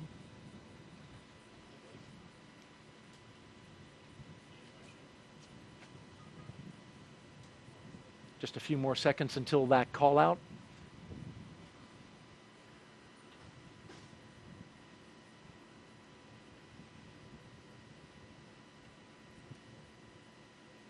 Propellant loading has started.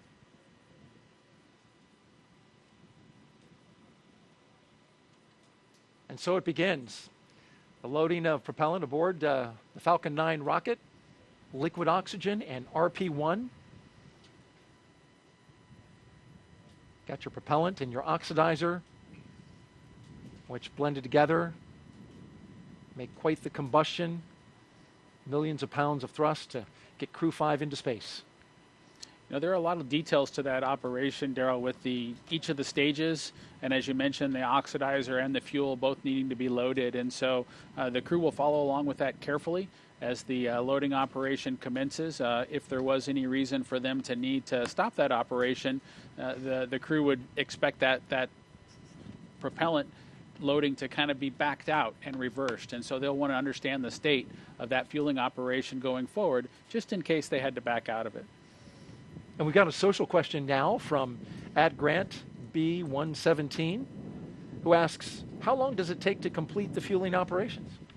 It's a great question, Daryl, and they started it at 35 minutes because that's really, prior to liftoff, because that's how long it takes for the loading operations to kind of get executed. The crew goes through the process, the ground team, of loading that propellant, ensuring that they get the proper commodities on board. The actual sequencing of things might be affected a little bit by the temperature on a given day, but they have that process well monitored, and they begin at 35 minutes because that's how long it takes to get the rocket all fueled up. Thank you for asking, or for answering those questions, and to you out there for asking the questions. Keep them coming. #AskNASA on our various social platforms. And again, now that fueling for Falcon 9 has started, that means the 8 Super Draco engines inside Crew Dragon are ready, if needed, to launch the capsule away from Falcon 9 in an instant, should there be any kind of emergency associated with the rocket or the pad. The NASA and SpaceX teams have trained extensively for exactly that type of contingency. And so now let's go over to Kate Tice at SpaceX headquarters in Hawthorne for another operations update. Kate? Thanks, Daryl. You can probably tell by the background noise that things are starting to get more exciting now that we're just practically 30 minutes away from launch of Crew 5, certainly counting down the final minutes. Everything's still looking good for Falcon 9 and Dragon. With that launch escape system now armed, we are heading for an on-time launch just 32 minutes from now. As you saw, Falcon 9 propellant load began right on time at T-minus 35 minutes. The first and second stages of Falcon 9 are each loaded with 2 liquid propellants. One is fuel, which is loaded into a tank at the bottom of each stage, and the other is an oxidizer, and that's loaded into a tank at the top of each stage. The fuel that we use to power the Merlin engines is a refined kerosene referred to as RP1, or Rocket Propellant 1. The oxidizer loaded on each stage is a densified liquid oxygen, or LOX. Densified means that it's kept much colder than typical for launch vehicles, and it takes up less volume. And as such, this allows for more oxidizer to be loaded into the first and second stages. Now, to ignite the fuel and oxidizer in the Merlin rocket engine, we use an ignition fluid called TTEB. When TTEB comes into contact with oxygen, it burns, giving off a green-colored flame. Once we have that flame going, we add in the kerosene fuel to the Merlin chamber, and the engine ramps up to full power. You might actually be able to see that green flash, expected to happen about 2 minutes and 48 seconds into flight. Right now, we're topping off helium into pressure vessels on both stages. This is used to pressurize tanks in flight as propellant is pulled out of those tanks by the Merlin turbo pumps. Now, on board the spacecraft, the astronauts are monitoring systems from their crew monitors. Stage 1 cryo-helium loading has started.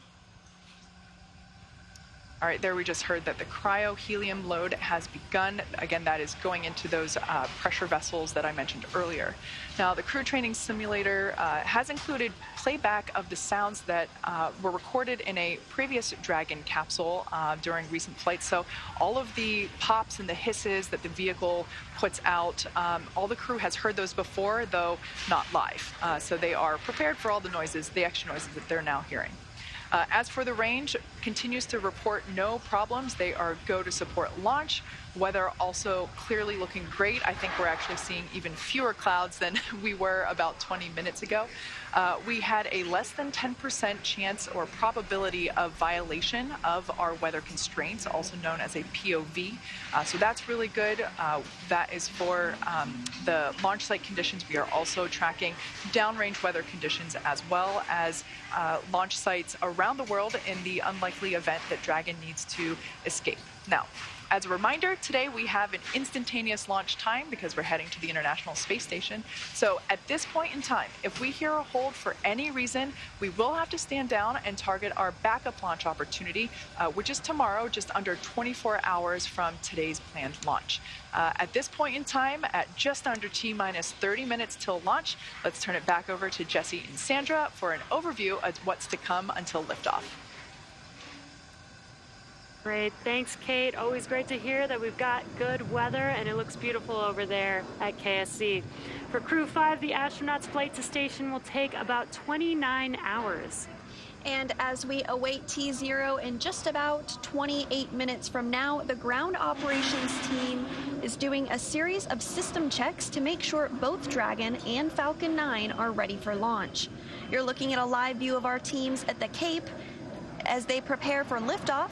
And as we wait for the launch clock to hit 0, we want to give you an overview of what the ascent portion of the mission will look like. Now, once we hit T0 and a successful launch occurs, we will watch Falcon 9 and Dragon lift off from historic launch pad 39A and make their ascent. About 50 seconds into flight, Falcon's 9 engines will throttle down to help pass through the period of maximum dynamic pressure on the rocket, or what we typically refer to as max Q. At this point in time, the vehicle will be going supersonic. And once we're through the period of maximum dynamic pressure, we can throttle up our 9 Merlin engines again. From there, at about 2.5 minutes into flight, we have a series of 3 events that will happen in rapid succession. The first is MECO, or main engine cutoff, and this is where all 9 Merlin 1D engines shut off in preparation for stage separation, which is, of course, our second event. This is where the first stage detaches from the second stage, and the first stage will make its way back to Earth for landing, while the second stage continues on its journey with the third event, which is SES-1, or second stage engine start number 1, and this is where the MVAC engine lights up and propels the second stage along with our Crew 5 astronauts to orbit. As Stage 2 heads towards its targeted drop-off orbit, Stage 1 will execute 2 burns in order to make its way back down to Earth. The first is the entry burn, and that's where 3 of the 9 M1D engines will reignite and shut down, and this helps to slow the stage down in preparation for entry back into the Earth's atmosphere. While the first stage is heading back to Earth, the second stage will cut off its 1 Merlin engine that was ignited right after stage separation. Once this happens, we will wait for confirmation of a good orbital insertion. About 90 seconds after Dragon gets into orbit, Falcon 9 will land back on Earth. The landing burn is just a single engine burn, powerful enough to bring the vehicle's speed down rapidly in order to touch down on the drone ship at about 9.5 minutes into the mission. While Falcon 9's first stage is landing, Dragon is preparing to separate from the second stage. About 3 minutes after the second stage gets into orbit, we should have a great view of Dragon with its 4-person crew drifting away from the second stage. Once Dragon is a short distance away, it will begin checking out its Draco maneuvering thrusters to make sure Dragon continues to increase separation distance from the second stage. And it is worth noting that these are not the Super Draco engines that would be used during an abort scenario. About 40 seconds after separation, Dragon's nose cone deploy sequence will begin. It will take roughly 4 minutes for the nose cone hooks to unlatch and open, exposing its guidance navigation controls that will help Dragon autonomously fly to the space station. And lastly, once the nose cone is deployed, the remaining Draco thrusters on the forward bulkhead will be checked. From there, over the next... Stage 2 cryo-helium loading has started. From there, over the next 29 hours, Dragon will be in its rendezvous and approach phases, undergoing a number of phasing burns as it makes its way back to station. All that will be coming up soon, but for now, let's check back in with Shaniqua in Mission Control Houston. Shaniqua? Thanks, Sandra. The flight controllers here in Mission Control Houston are laser focused on the onboard systems of the space station, making sure it is ready to receive Dragon vehicle tomorrow. They're also making sure communication links between the station, Dragon, and the ground are working properly. The consensus right now is that everything is proceeding nominally.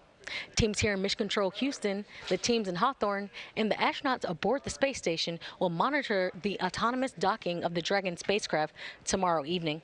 They'll perform a series of leak checks, then work to open the hatches both on the Dragon side and inside the space station's pressurized mating adapter. We expect hatch opening to take place around an hour and a half after docking. And once aboard, the astronauts will be greeted by Station Commander Samantha Cristoforetti, and then the whole station crew will join in for welcoming remarks to the new crew members. Now, due to critical science, this welcoming remarks will be about 90 minutes after the crew is on board. Once on board, the crew members will no longer be referred to as Crew 5, but rather as flight engineers of the International Space Station. Here in Mission Control, Flight Director Greg Whitney is on console overseeing the team for launch, and he will be back tomorrow for docking. We'll be on air continuously through Crew 5's arrival, but live coverage of docking is expected tomorrow around 4:57 p.m. Eastern Time. That's it from now. From Mission Control Houston, I'll toss it back to the team in Florida. Daryl, how's it looking? Well, it's wonderful out here, Shaniqua. Wish you could be here. We got picnic weather out here at the press site and Launch Complex 39, where we are looking out for the launch of Crew 5 from historic Launch Complex 39A, a beautiful sweeping shot of the lawn where we have our special guests. The media are here. We've got NASA social folks who are out on the lawn, and of course, me and Bob. Bob's riding shotgun here as we take our coverage to the next level at the final 23 minutes of liftoff. Now, from the countdown, rather. We are just seconds away from the 5th astronaut rotation mission to the International Space Station under NASA's Commercial Crew Program. Commander Nicole Mann, pilot Josh Cassada, and mission specialist Koichi Wakata and Anna Kikina are strapped into their seats inside the Dragon Endurance at the very top of this rocket here. We are listening in to the communications as they talk live to the Falcon 9 team. The rocket is fueling. The operation is doing well. And the launch escape system is armed. Of course, that means Dragon is prepared to launch itself away from the Falcon 9 rocket in case of an emergency on the pad or after liftoff. So far, operations looking and sounding as expected. And we are counting down to our liftoff at just after noon, 12 p.m. and 57 seconds after the hour Eastern time. There was a 1 second adjustment. That's pretty typical as happens when we get to this stage of the mission. The mission is the continuation of rotational crew flights to the International Space Station from U.S. soil on private rockets and spacecraft. Of course, this would not have been possible without the success of the NASA SpaceX Demo 2 test flight now 2 years ago, and of course the safe delivery and return of crews 1, 2, 3, and eventually here in about a week, Crew 4. Of course, we're happy to have the pilot from Demo 2, and that's Bob Binken. Appreciate you being here, been giving us some great thoughts and explanations about everything that's been happening. Well, thank you, Daryl. I'm super excited to be here for Crew 5 and get a chance to relive my experience during the Demo 2 mission. And it's been a great one so far. We've watched the crew get into the capsule. We've watched, they worked through a couple of issues early on, but those have been cleared. A suit leak check and a hatch leak check that had to be double checked. Now we're rolling along and moving towards liftoff. A couple things that are coming up as we count down. We're going to have stage 2 RP1 load complete. That's in 20 seconds. A few seconds later, we'll get strong back chill. That will begin in order to set the stage for the stage 2 liquid oxygen load.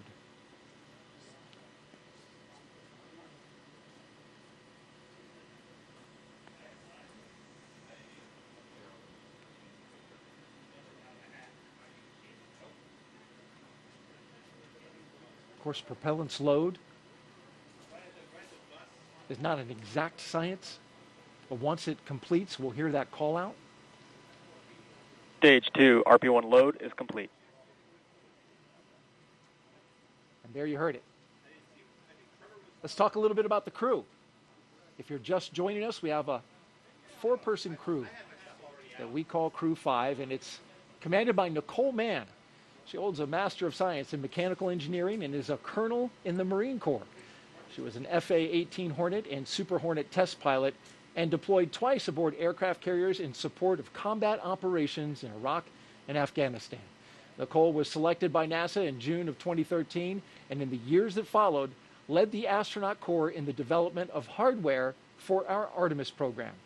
Today, the Crew 5 commander will be flying into space for the first time, and once she reaches space, she will be the first Native American woman to stay on station. A historic first for NASA and for her. Absolutely, Daryl. The astronaut corps is widely diverse, and I'm just proud to see Nicole join that crew on board the International Space Station. With her is pilot Josh Cassada. He grew up in Bear Lake, Minnesota.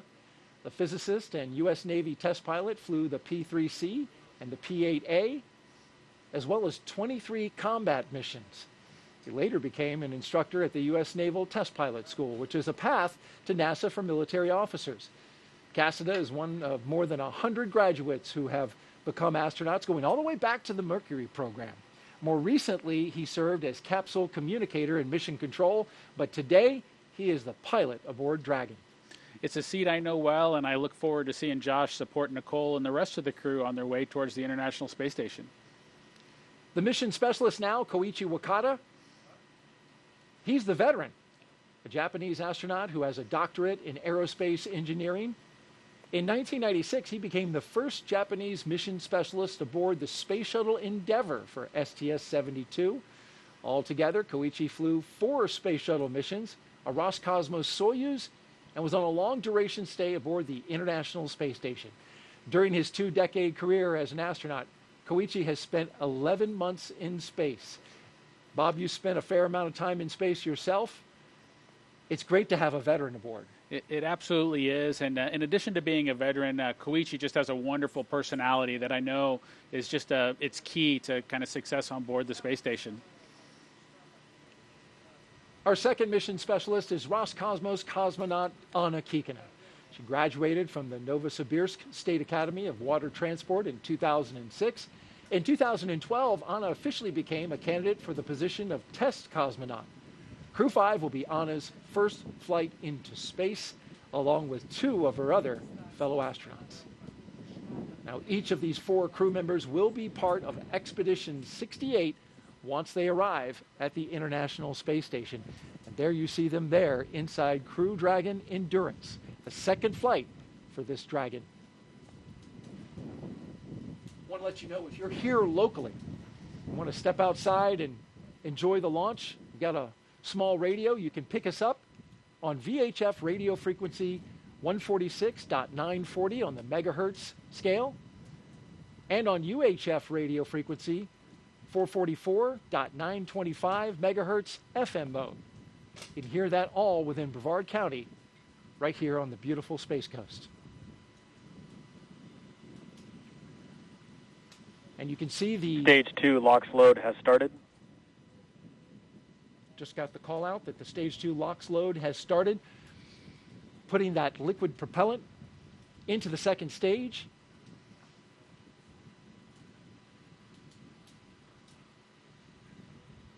Let's check back in with Kate Tice and get an update from Hawthorne. Kate? Thanks, Daryl. We are T-minus 16 minutes away from launch, and everything continues to look great for Falcon 9 and Dragon. Falcon 9 began prop load at T-minus 35 minutes. The loading of RP-1 fuel on the second stage is complete. That finished at T-minus 20 minutes. Fuel loading continues on the first stage. It is almost complete. That should be wrapping up here momentarily. Densified liquid oxygen loading is underway on both the first and second stages. Those look to be about 80% on the first stage, and has only just recently begun on the second stage, so not much there yet. That will wrap up at T-minus 3 minutes and T-minus 2 minutes respectively. Now, as for checkouts of thrust vector controllers, what we call TVC wiggles, those are coming up. we basically check to make sure that the thrust vector controllers are able to actuate the engines themselves. That's what helps create gimbal for those engines, and gimbaling is actually how Falcon 9 steers itself. So those are coming up along with throttle valve checkouts on the engines. The Dragon mission director and team are currently reporting no issues, so really good on that front. Communication checkouts are complete. The crew access arm is retracted, as we can see there, and the crew is strapped in and ready to go, as you can see there on the right-hand side of your screen. Everybody continuing to monitor prop load there on their crew monitors. Now, final instructions to the crew come at T-minus 10 minutes.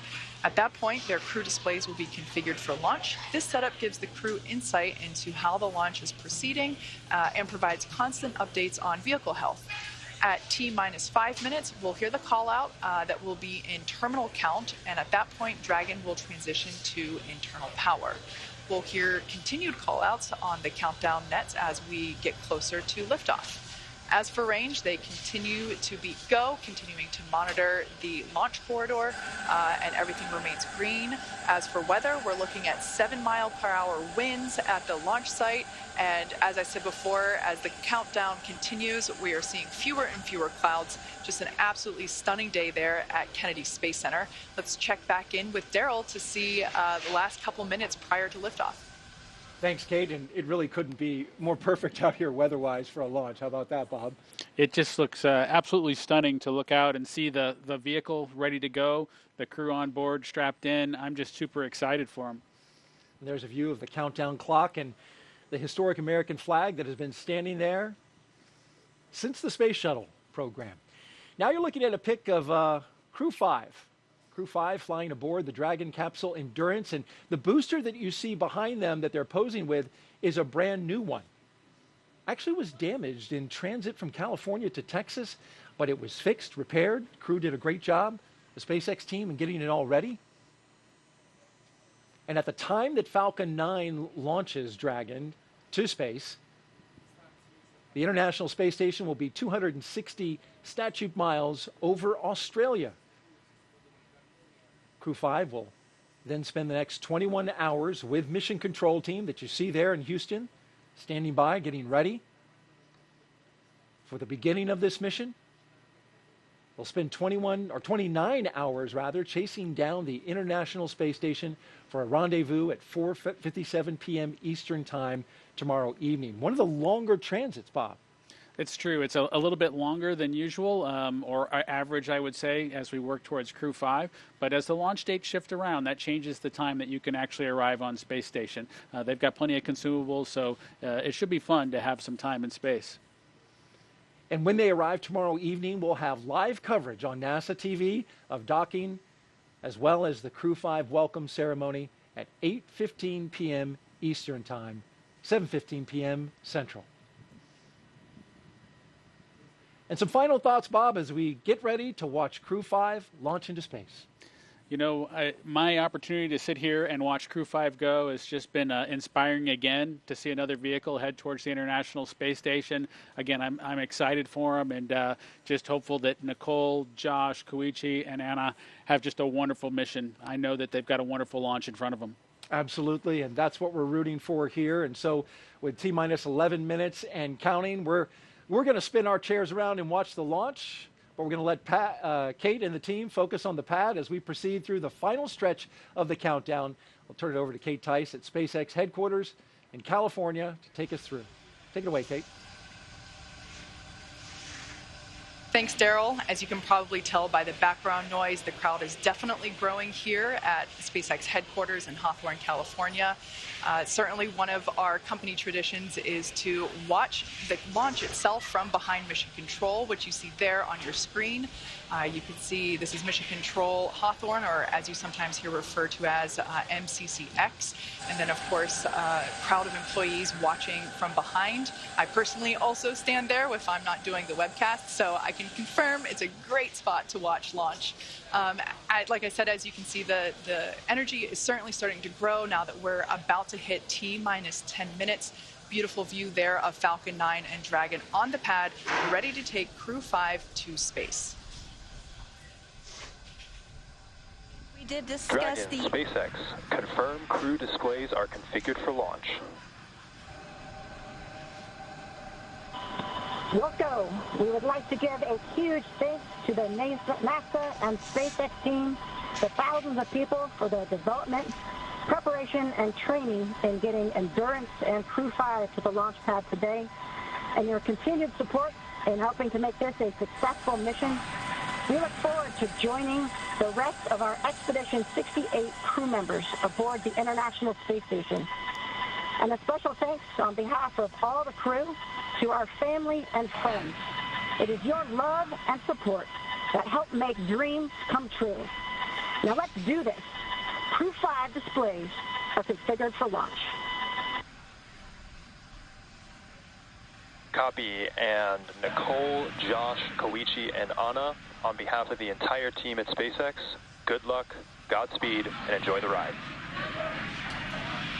And those words from Nicole Mann, the first female commander of a Dragon, as she thanked the many folks that have helped get them to this point.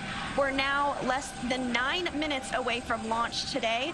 Upon liftoff, you'll hear a number and letter combinations which mark different abort zones throughout the flight, as well as some performance calls. The first two are 1A and 1B, and those signify the first stage and will last up to the very north tip of North Carolina. The next are 2A through 2E, and those will come into play once the second stage kicks in, lasting from the top of North Carolina all the way to the tip of Newfoundland in the northern Atlantic. You'll also hear a spot that is to be avoided, and you might hear Shannon or forward to Shannon, and that actually refers to Shannon, Ireland, meaning they would target off the east coast of Ireland if they were later in that second stage and did need to abort for some reason. So the next major milestone that we're looking towards will come just seconds from now, and that will be when engine chill begins on the first stage of the engine. That's right. So engine chill is basically when we take a little bit of that super chilled, densified liquid oxygen and we flow it through the turbo pumps of the Merlin M1D engines on the first stage. This helps to prepare the turbo pumps and avoid any thermal shock to the hardware when they see the full flow of liquid oxygen during ignition. We're also expecting the conclusion of prop load for the RP1 on first stage to wrap up at T-minus 6 minutes. LOX load continues to be underway on both first and second stages, again wrapping those at T-minus 3 minutes and 2 minutes. And after that, we'll hear a number of call-outs related to Dragon's flight computer. Some will be Stage 1 engine chill has started. And you did just hear that call out that stage 1 engine chill has begun. Coming up in just about 45 seconds, we should expect to hear that RP1 load is complete. RP1 load is that densified kerosene or rocket fuel that will help propel the crew into orbit. All of that RP1 is loaded into the first stage, and we are standing by to hear that it was loaded into the second stage as well. Again, we expect that to wrap at T-minus 6 minutes. The venting that you see on screen is totally normal. That is just some Stage 1, RP1 load is complete. Great news there that RP1 load is now finished. As I was saying, the venting that you see on the vehicle is totally normal. That's just some of the super chilled, densified liquid oxygen just vaporizing as it comes into contact and vents from the vehicle.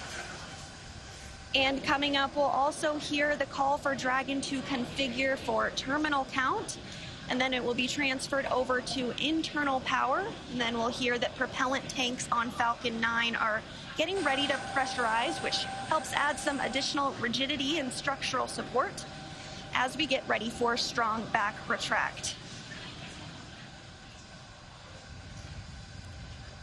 That strong back will retract a couple of degrees at first, and then we will see it swing open completely just shortly, or at the moment of Falcon 9 liftoff. tanks will be pressurizing for strong back retract.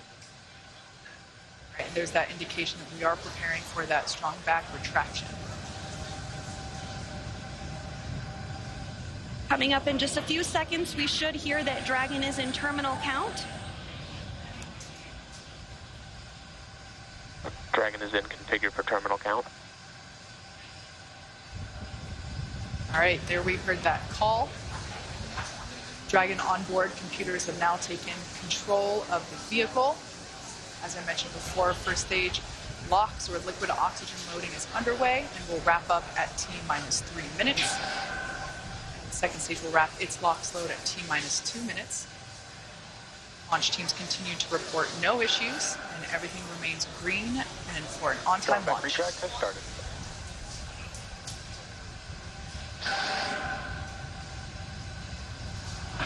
And here in just a couple seconds, you might be able to see the strong back arm as it does begin to retract. As Kate said, it will recline 2 degrees. We can just barely make out that the clamp arms are now beginning to move.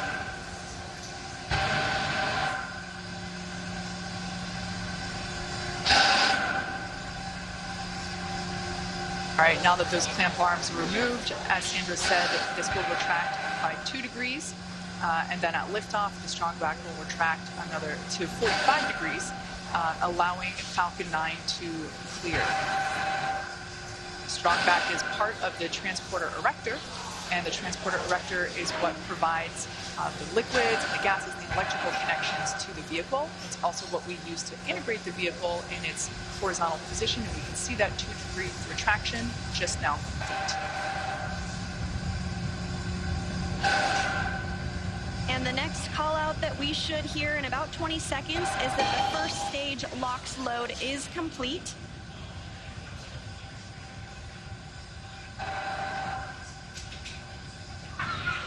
Stage 1 LOX load is complete.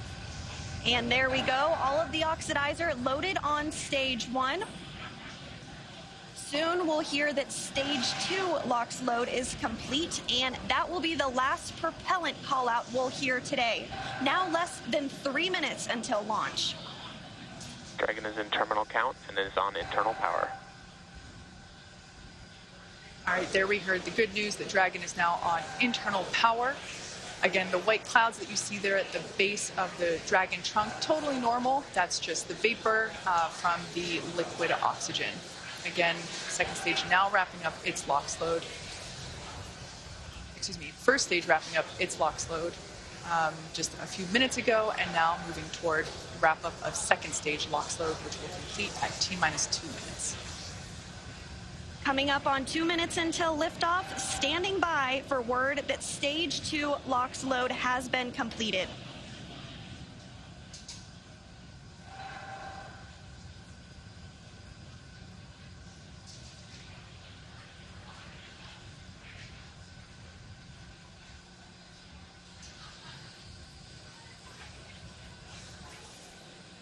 Dragon is in auto idle. Stage 2 LOX load is complete. There we heard the call out. Falcon 9 is now completely fueled. All of its propellants. So gas closeouts are starting. Expect loud venting. All of its propellants, and we can see that leftover liquid oxygen now being vented or released, now flowing further away from the vehicle. So nearly 1 million pounds of liquid oxygen in RP1 now on board Falcon 9. It is fully loaded and ready for launch. And coming up at T-minus 1 minute, we'll hear that Dragon is in countdown. Its flight computer will switch to countdown mode, and we'll hear that the flight termination system on Falcon 9 is armed. STS is armed. Falcon 9 is in startup and is now controlling. And there you heard it. Dragon is in countdown. Dragon's flight computer in countdown. The flight termination system now armed. We should get the final go for launch from SpaceX launch director Mark Soltis. Dragon, SpaceX. Godspeed.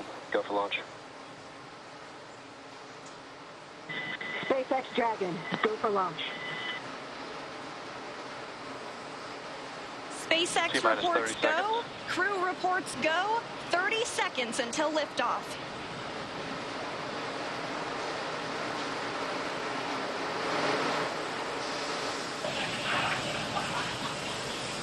T-minus 15.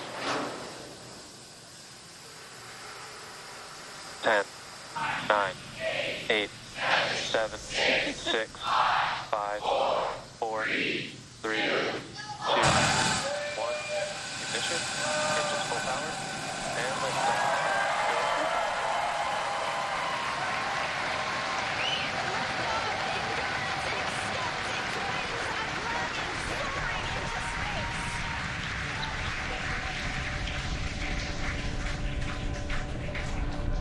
Stage 1 propulsion is nominal. Vehicle is pitching downrange. Stage 1 propulsion is nominal.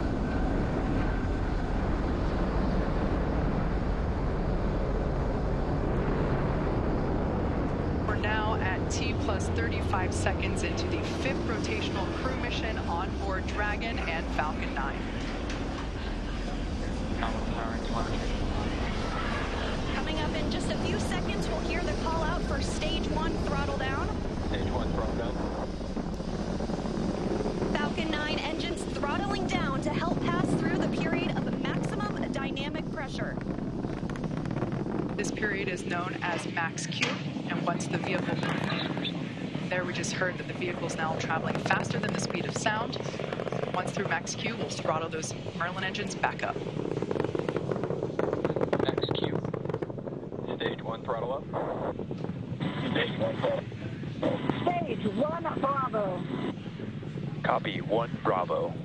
That call out for 1 Bravo means we're in the second and final abort mode for the first stage, continuing to get good performance. The crew is already pulling over 2 Gs. And next up is going to be a couple of events in rapid succession. First will be engine chill on the second stage and back engine. And there you heard that call out. And then we'll have MECO, or main engine cutoff, where the 9 engines igniting will cut off in preparation for second stage separation. Then we'll see the single Merlin vacuum engine on the second stage ignite and continue to carry the Crew 5 astronauts to orbit. Just like we did on first stage, that MVAC chill is intended to help pre-chill the hardware prior to the full flow of that densified liquid oxygen. Stage 1 throttle down. At this point in time, those 9 Merlin engines are beginning to throttle down in preparation for MECO, or main engine cutoff.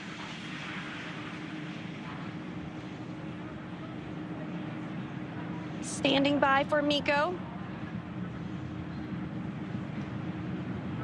And MECO. Stage 2 Alpha. And stage separation confirmed. Copy 2 Alpha. There we should see that second engine begin to ignite now. And obviously confirmed by the loud cheer behind us here at Mission Control Hawthorne. And we're also in 2 Alpha for the aborts if needed. Again, second stage is lit and continuing to carry the Crew 5 astronauts into orbit.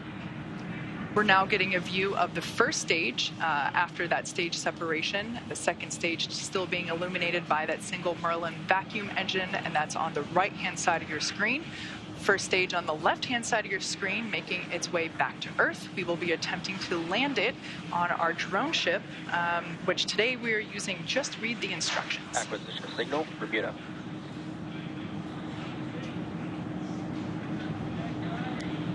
And we did hear that acquisition of the ground station in Bermuda. The first stage is continuing to make its way back to Earth, and the second stage is going to continue. Trajectory nominal. Another good call, trajectory nominal. Dragon copy. Confirmation there from Commander Nicole Mann. You can also sort of see the Space Coast there in the background of the first stage on the left-hand side of your screen. It also looks like you can actually see the thrust plume created by the first stage as it's now rotating just out of screen. Second stage is going to continue firing until a little over 8 minutes into the flight, really doing the heavy lifting now, getting the crew into orbit. Everything continues to look nominal on both first and second stages. As I mentioned before, the first stage will be making a landing on one of our drone ships, which is currently parked a couple hundred miles off the coast of Florida in the Atlantic Ocean. So we can see now that... Dragon, SpaceX, trajectory nominal. Good confirmation there that we have good trajectory. The second stage now traveling over 5,400 miles per hour. Crew is pulling a little more than 1G right now. That's going to continue to ramp up, peaking just before we get to second stage cutoff here in just a few minutes from now.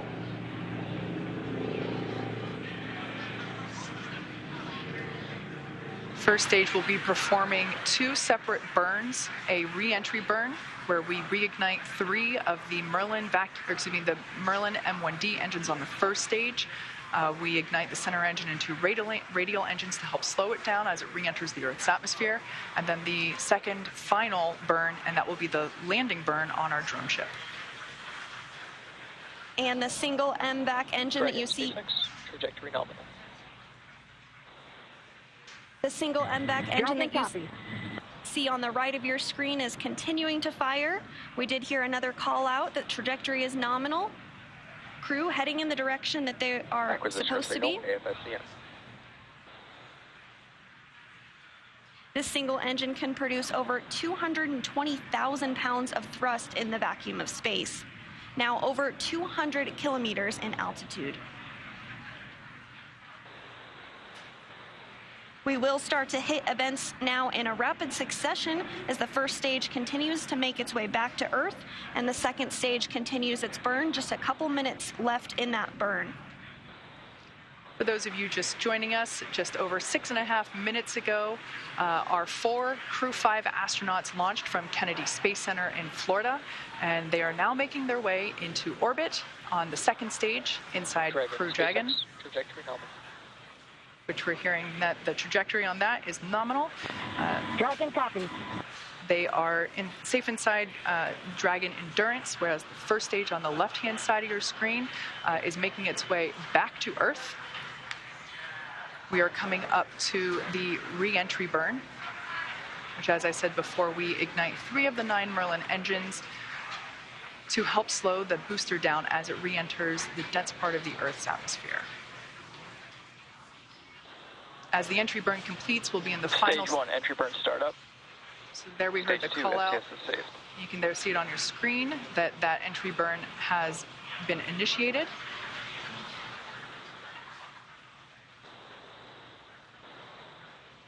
And as that entry burn completes, we'll be in the final different abort phases here shortly, which essentially correspond to areas along the very northeastern seaboard of the U.S. Stage 1, entry burn shut down. Great news, that entry burn was shut down, and then those last all the way across the Atlantic off the coast of Scotland for those abort zones.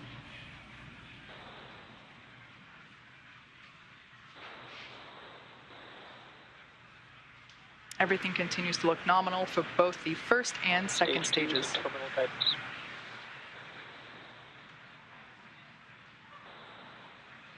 And the crew with the second stage still attached is now traveling over 13,000 miles per hour.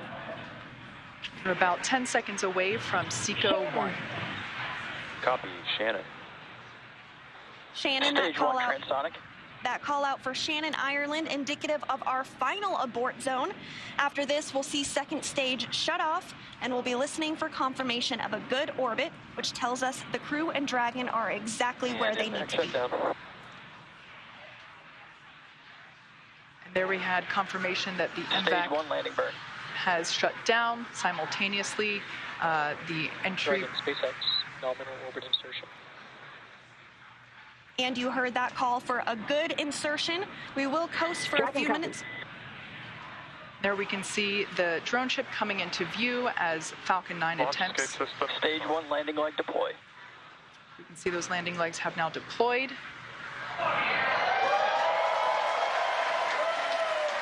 as you can see on your screen, and you can hear by the clapping and cheering behind me, Falcon 9 has landed on our drone ship just through the instructions, parked off the coast of Florida. And again, that second stage separation will be coming up just a couple of minutes now. We do coast for a few minutes. after second engine cutoff to allow any rates or motion to dampen out and settle. And looks like we're going to get a view of the second stage as it separates here shortly. We did hear that the crew has been successfully inserted into a good orbit.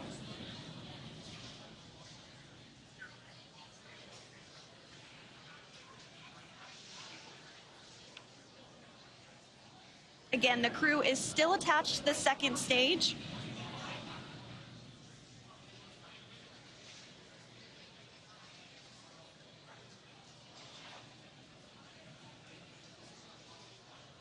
We are expecting stage separation to occur in just over a minute from now, about 1 minute and 8 seconds. And that's when when the second stage will separate from the Dragon trunk. The Dragon trunk is the part of hardware where we are able to house the cargo that is able to be exposed to the vacuum of space, as well as the solar panels which help power Dragon while it is on orbit.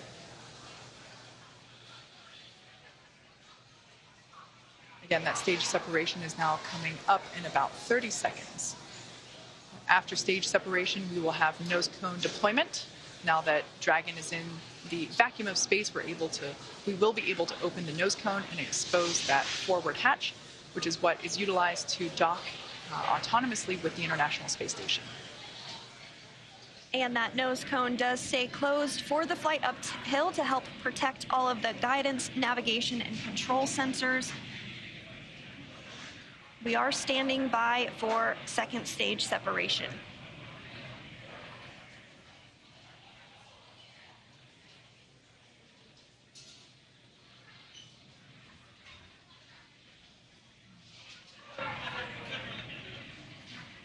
And there is separation. Dragon separation confirmed. And Dragon, this is your launch director. Dragon copy then. Dragon, this is your launch director on Dragon. On behalf of the entire launch and recovery team, it was an honor, a pleasure to be a part of this mission with you. And while October 3rd may belong to the Mean Girls, October 5th will forever belong to Crew 5. Godspeed, Endurance. Cheers.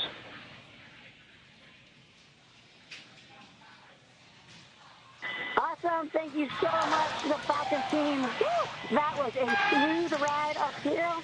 You got 3 rookies that are pretty happy to be floating in space right now, and 1 veteran astronaut who's pretty happy to be back as well. Let's see what you got to say, Koichi. Falcon team, it was a smooth ride, and I see all the 3 happy faces here back in 0G, and I appreciate all the help to give us a smooth ride and training, and thank you so much. JAXA の支援隊の皆さん、非常にスムーズな打ち上げでした。打ち上げご支援していただいた皆さん、応援に駆けつけてくださった皆さん、ありがとうございました。この調子でチームワークを持って頑張ります。Thank you for your support. Anya. Thank you, Falcon 9 and fellow agencies, to Roscosmos, NASA, and JAXA, and SpaceX exactly for giving us that opportunity. We're so glad to do it together. And thank you for everybody, for all people who with us. Спасибо большое всем агентствам Роскосмос, NASA, JAXA и, естественно, SpaceX за предоставленную нам возможность. Мы рады всем экипажам делать то, что мы сейчас делаем. И большое спасибо всем людям, кто сейчас с нами.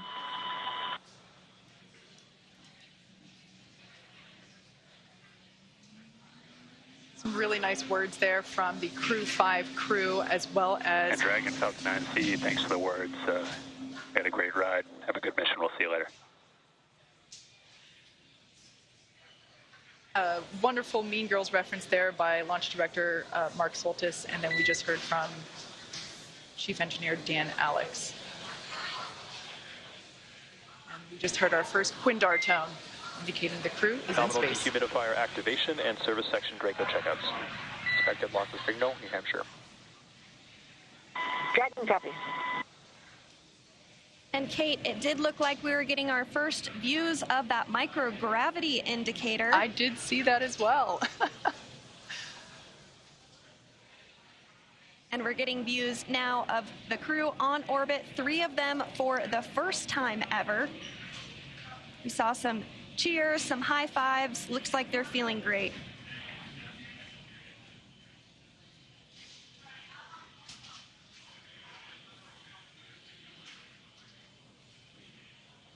Hopefully we can see that zero-G indicator float back into view and hopefully get a better shot of it. I couldn't quite tell what it was, although it kind of looked like it may have been an Einstein doll.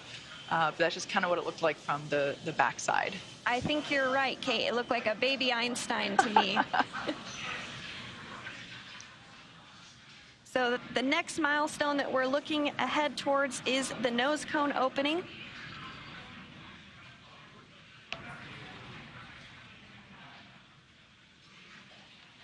If you've just joined us, we had a successful liftoff exactly 16 minutes ago of the Crew 5 mission.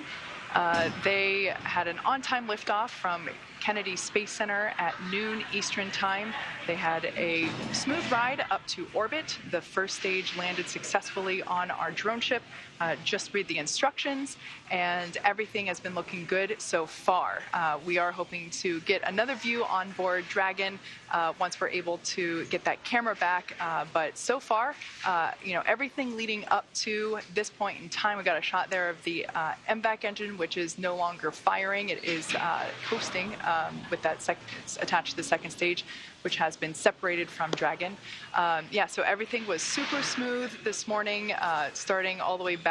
I think we got here around T-4 hours, and super smooth countdown. Beautiful day from Kennedy Space Center. It looked like a gorgeous view from where Daryl and Bob were sitting. But yeah, we are standing by for the nose cone opening. Now that the Dragon spacecraft is in space, we are able to open up that nose cone and expose the forward hatch, which is what is utilized to autonomously dock with the International Space Station, but of course to protect that hardware as well as protect the guidance and navigation control hardware. We keep that nose cone closed during launch preparations and during the ascent portion. So as you can saw there momentarily, Dragon is in space, and the Crew 5 astronauts, all 4 of them are floating, or they will be able to float soon. We're hoping to get another view of that zero-G indicator once we're able to bring onboard cabin views back to you of the Crew 5 crew.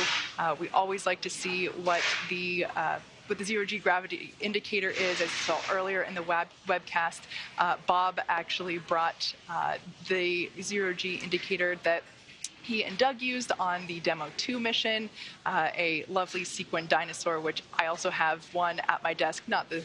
Bob obviously has the one that went to space. Mine is a replica, but we love seeing these zero-G indicators. It's a really nice way to connect those of us on ground with the folks up in space.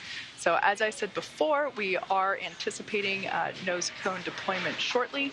I'm going to do a quick check-in, and there we can see now the nose cone, the hooks have been released, and we see that nose cone moving with a pretty up-close shot.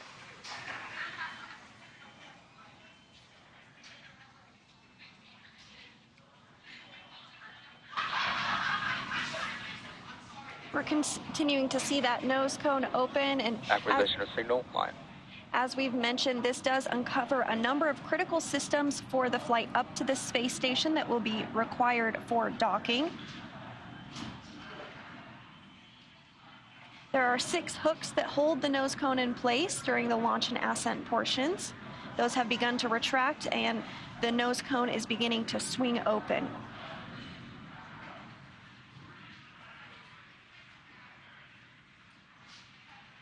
The nose cone is about 2/3 of the way open at this time, so we do expect it to be fully open here shortly.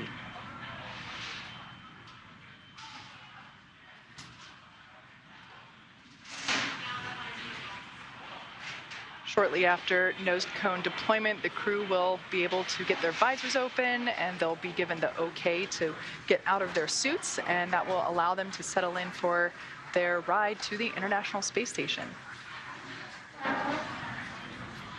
It is about a 29-hour journey for the crew from launch to docking to the space station, but as you said, they'll be able to get out of their suits, get comfortable, get some rest, and just enjoy being in the microgravity environment of space.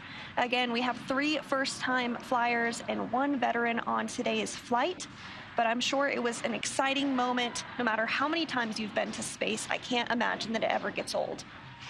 I would probably agree with that. I would also imagine that the 3 first-time space goers will have a brief period of acclimation to gravity. I know I certainly would, and I also recognize that my period probably wouldn't be very brief in order to get acclimated to that lack of gravity.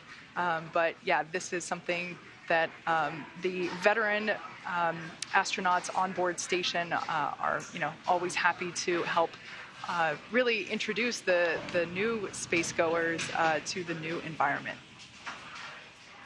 Absolutely, and we did also hear that there was good service section Draco checkouts that took place. We are standing by for that nose cone to be fully deployed, but it should be coming here momentarily.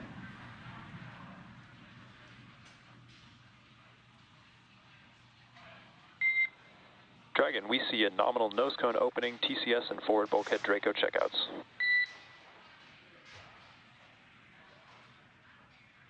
Dragon copies.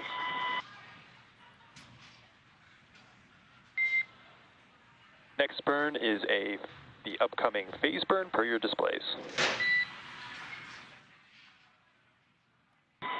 We see the phase burn in 28 minutes. Good readback.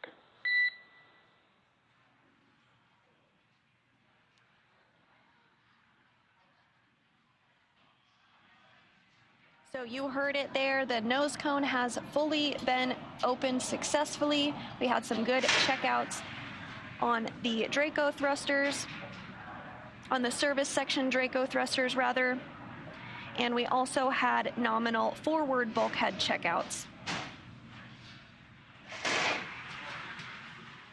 That's right, and the astronauts should be getting the okay to doff or remove their suits in about 6 or 7 minutes. I would imagine that, as Sandra mentioned before, we do have 3 space newbies on board today. I would imagine that they would be pretty excited to get out of their seats. They've been in these seats for a while. The crew ingressed hours ago, and I would imagine that the 3 folks and even the veteran, everybody would be excited to get out and be able to float around a little bit for the first time on this Crew 5 mission. Yes, absolutely. And you do see the crew working through some procedures there on the touchpads that they do have in front of them. They'll continue to have those available for them throughout their flight uphill. Again, this is going to be about a 29-hour launch to docking for Crew 5.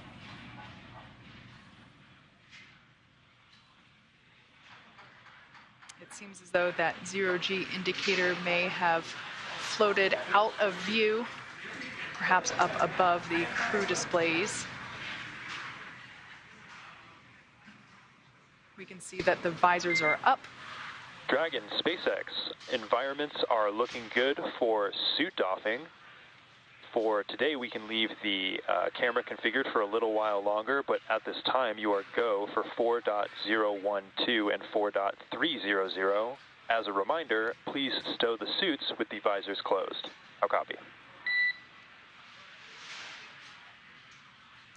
Okay, Dragon copies. We are go for 4.012 and 4.300. We're going to keep the cameras configured, and when we stow the suits, we'll do it with the visors closed.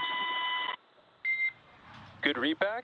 At this time, you're also go to tell the world a little bit about that stowaway we saw shortly after second engine cutoff.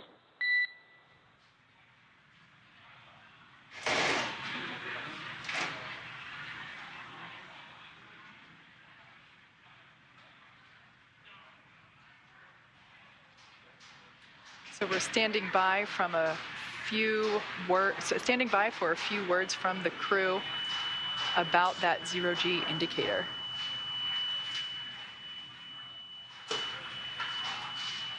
And there it is.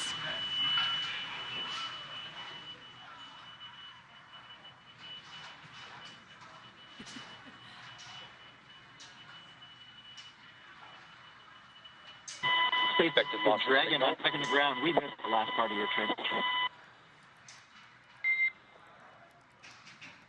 And no worries, repeating my last on there. I was going to have you all talk a little bit about your zero-G indicator, but we can hold that off for the next ground station pass here for Dubai. At this time, what I'll do is I'll take the cameras external for suit doffing, and then you let me know when they're allowed to come back on board.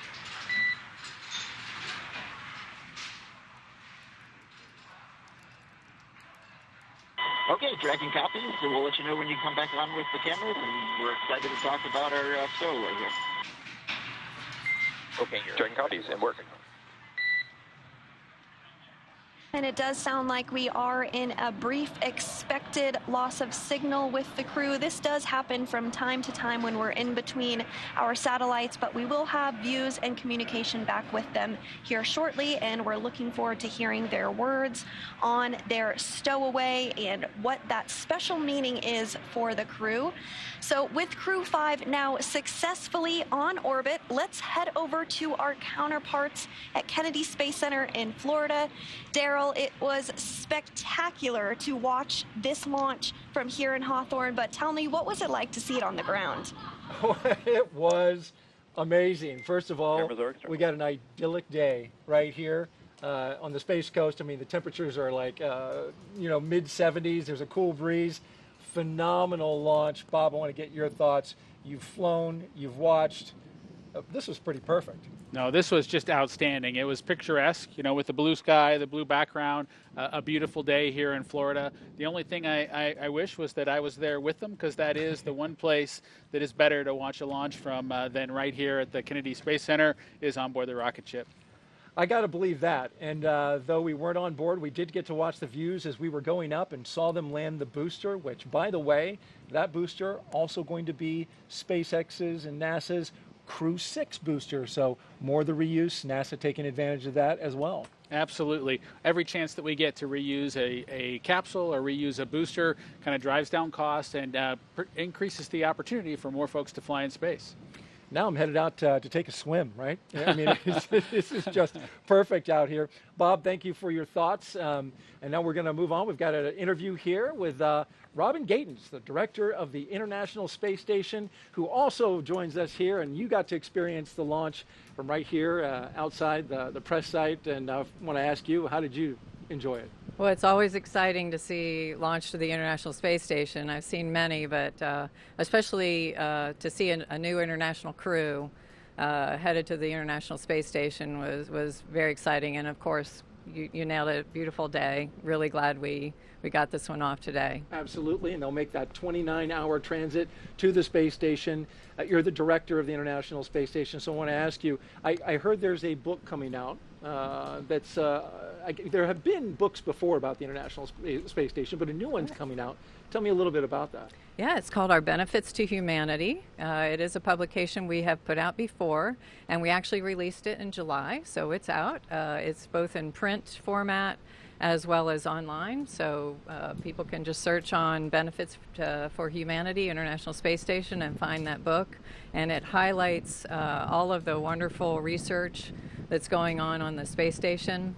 This crew will be doing over 200 experiments during their time on the International Space Station, ranging from medical kinds of research that will help treat diseases and produce new drugs here on Earth, regenerative medicine. One day we might even print organs for transplant on Earth. We have Earth science going on Space Station, a number of climate instruments to help us understand Earth's climate.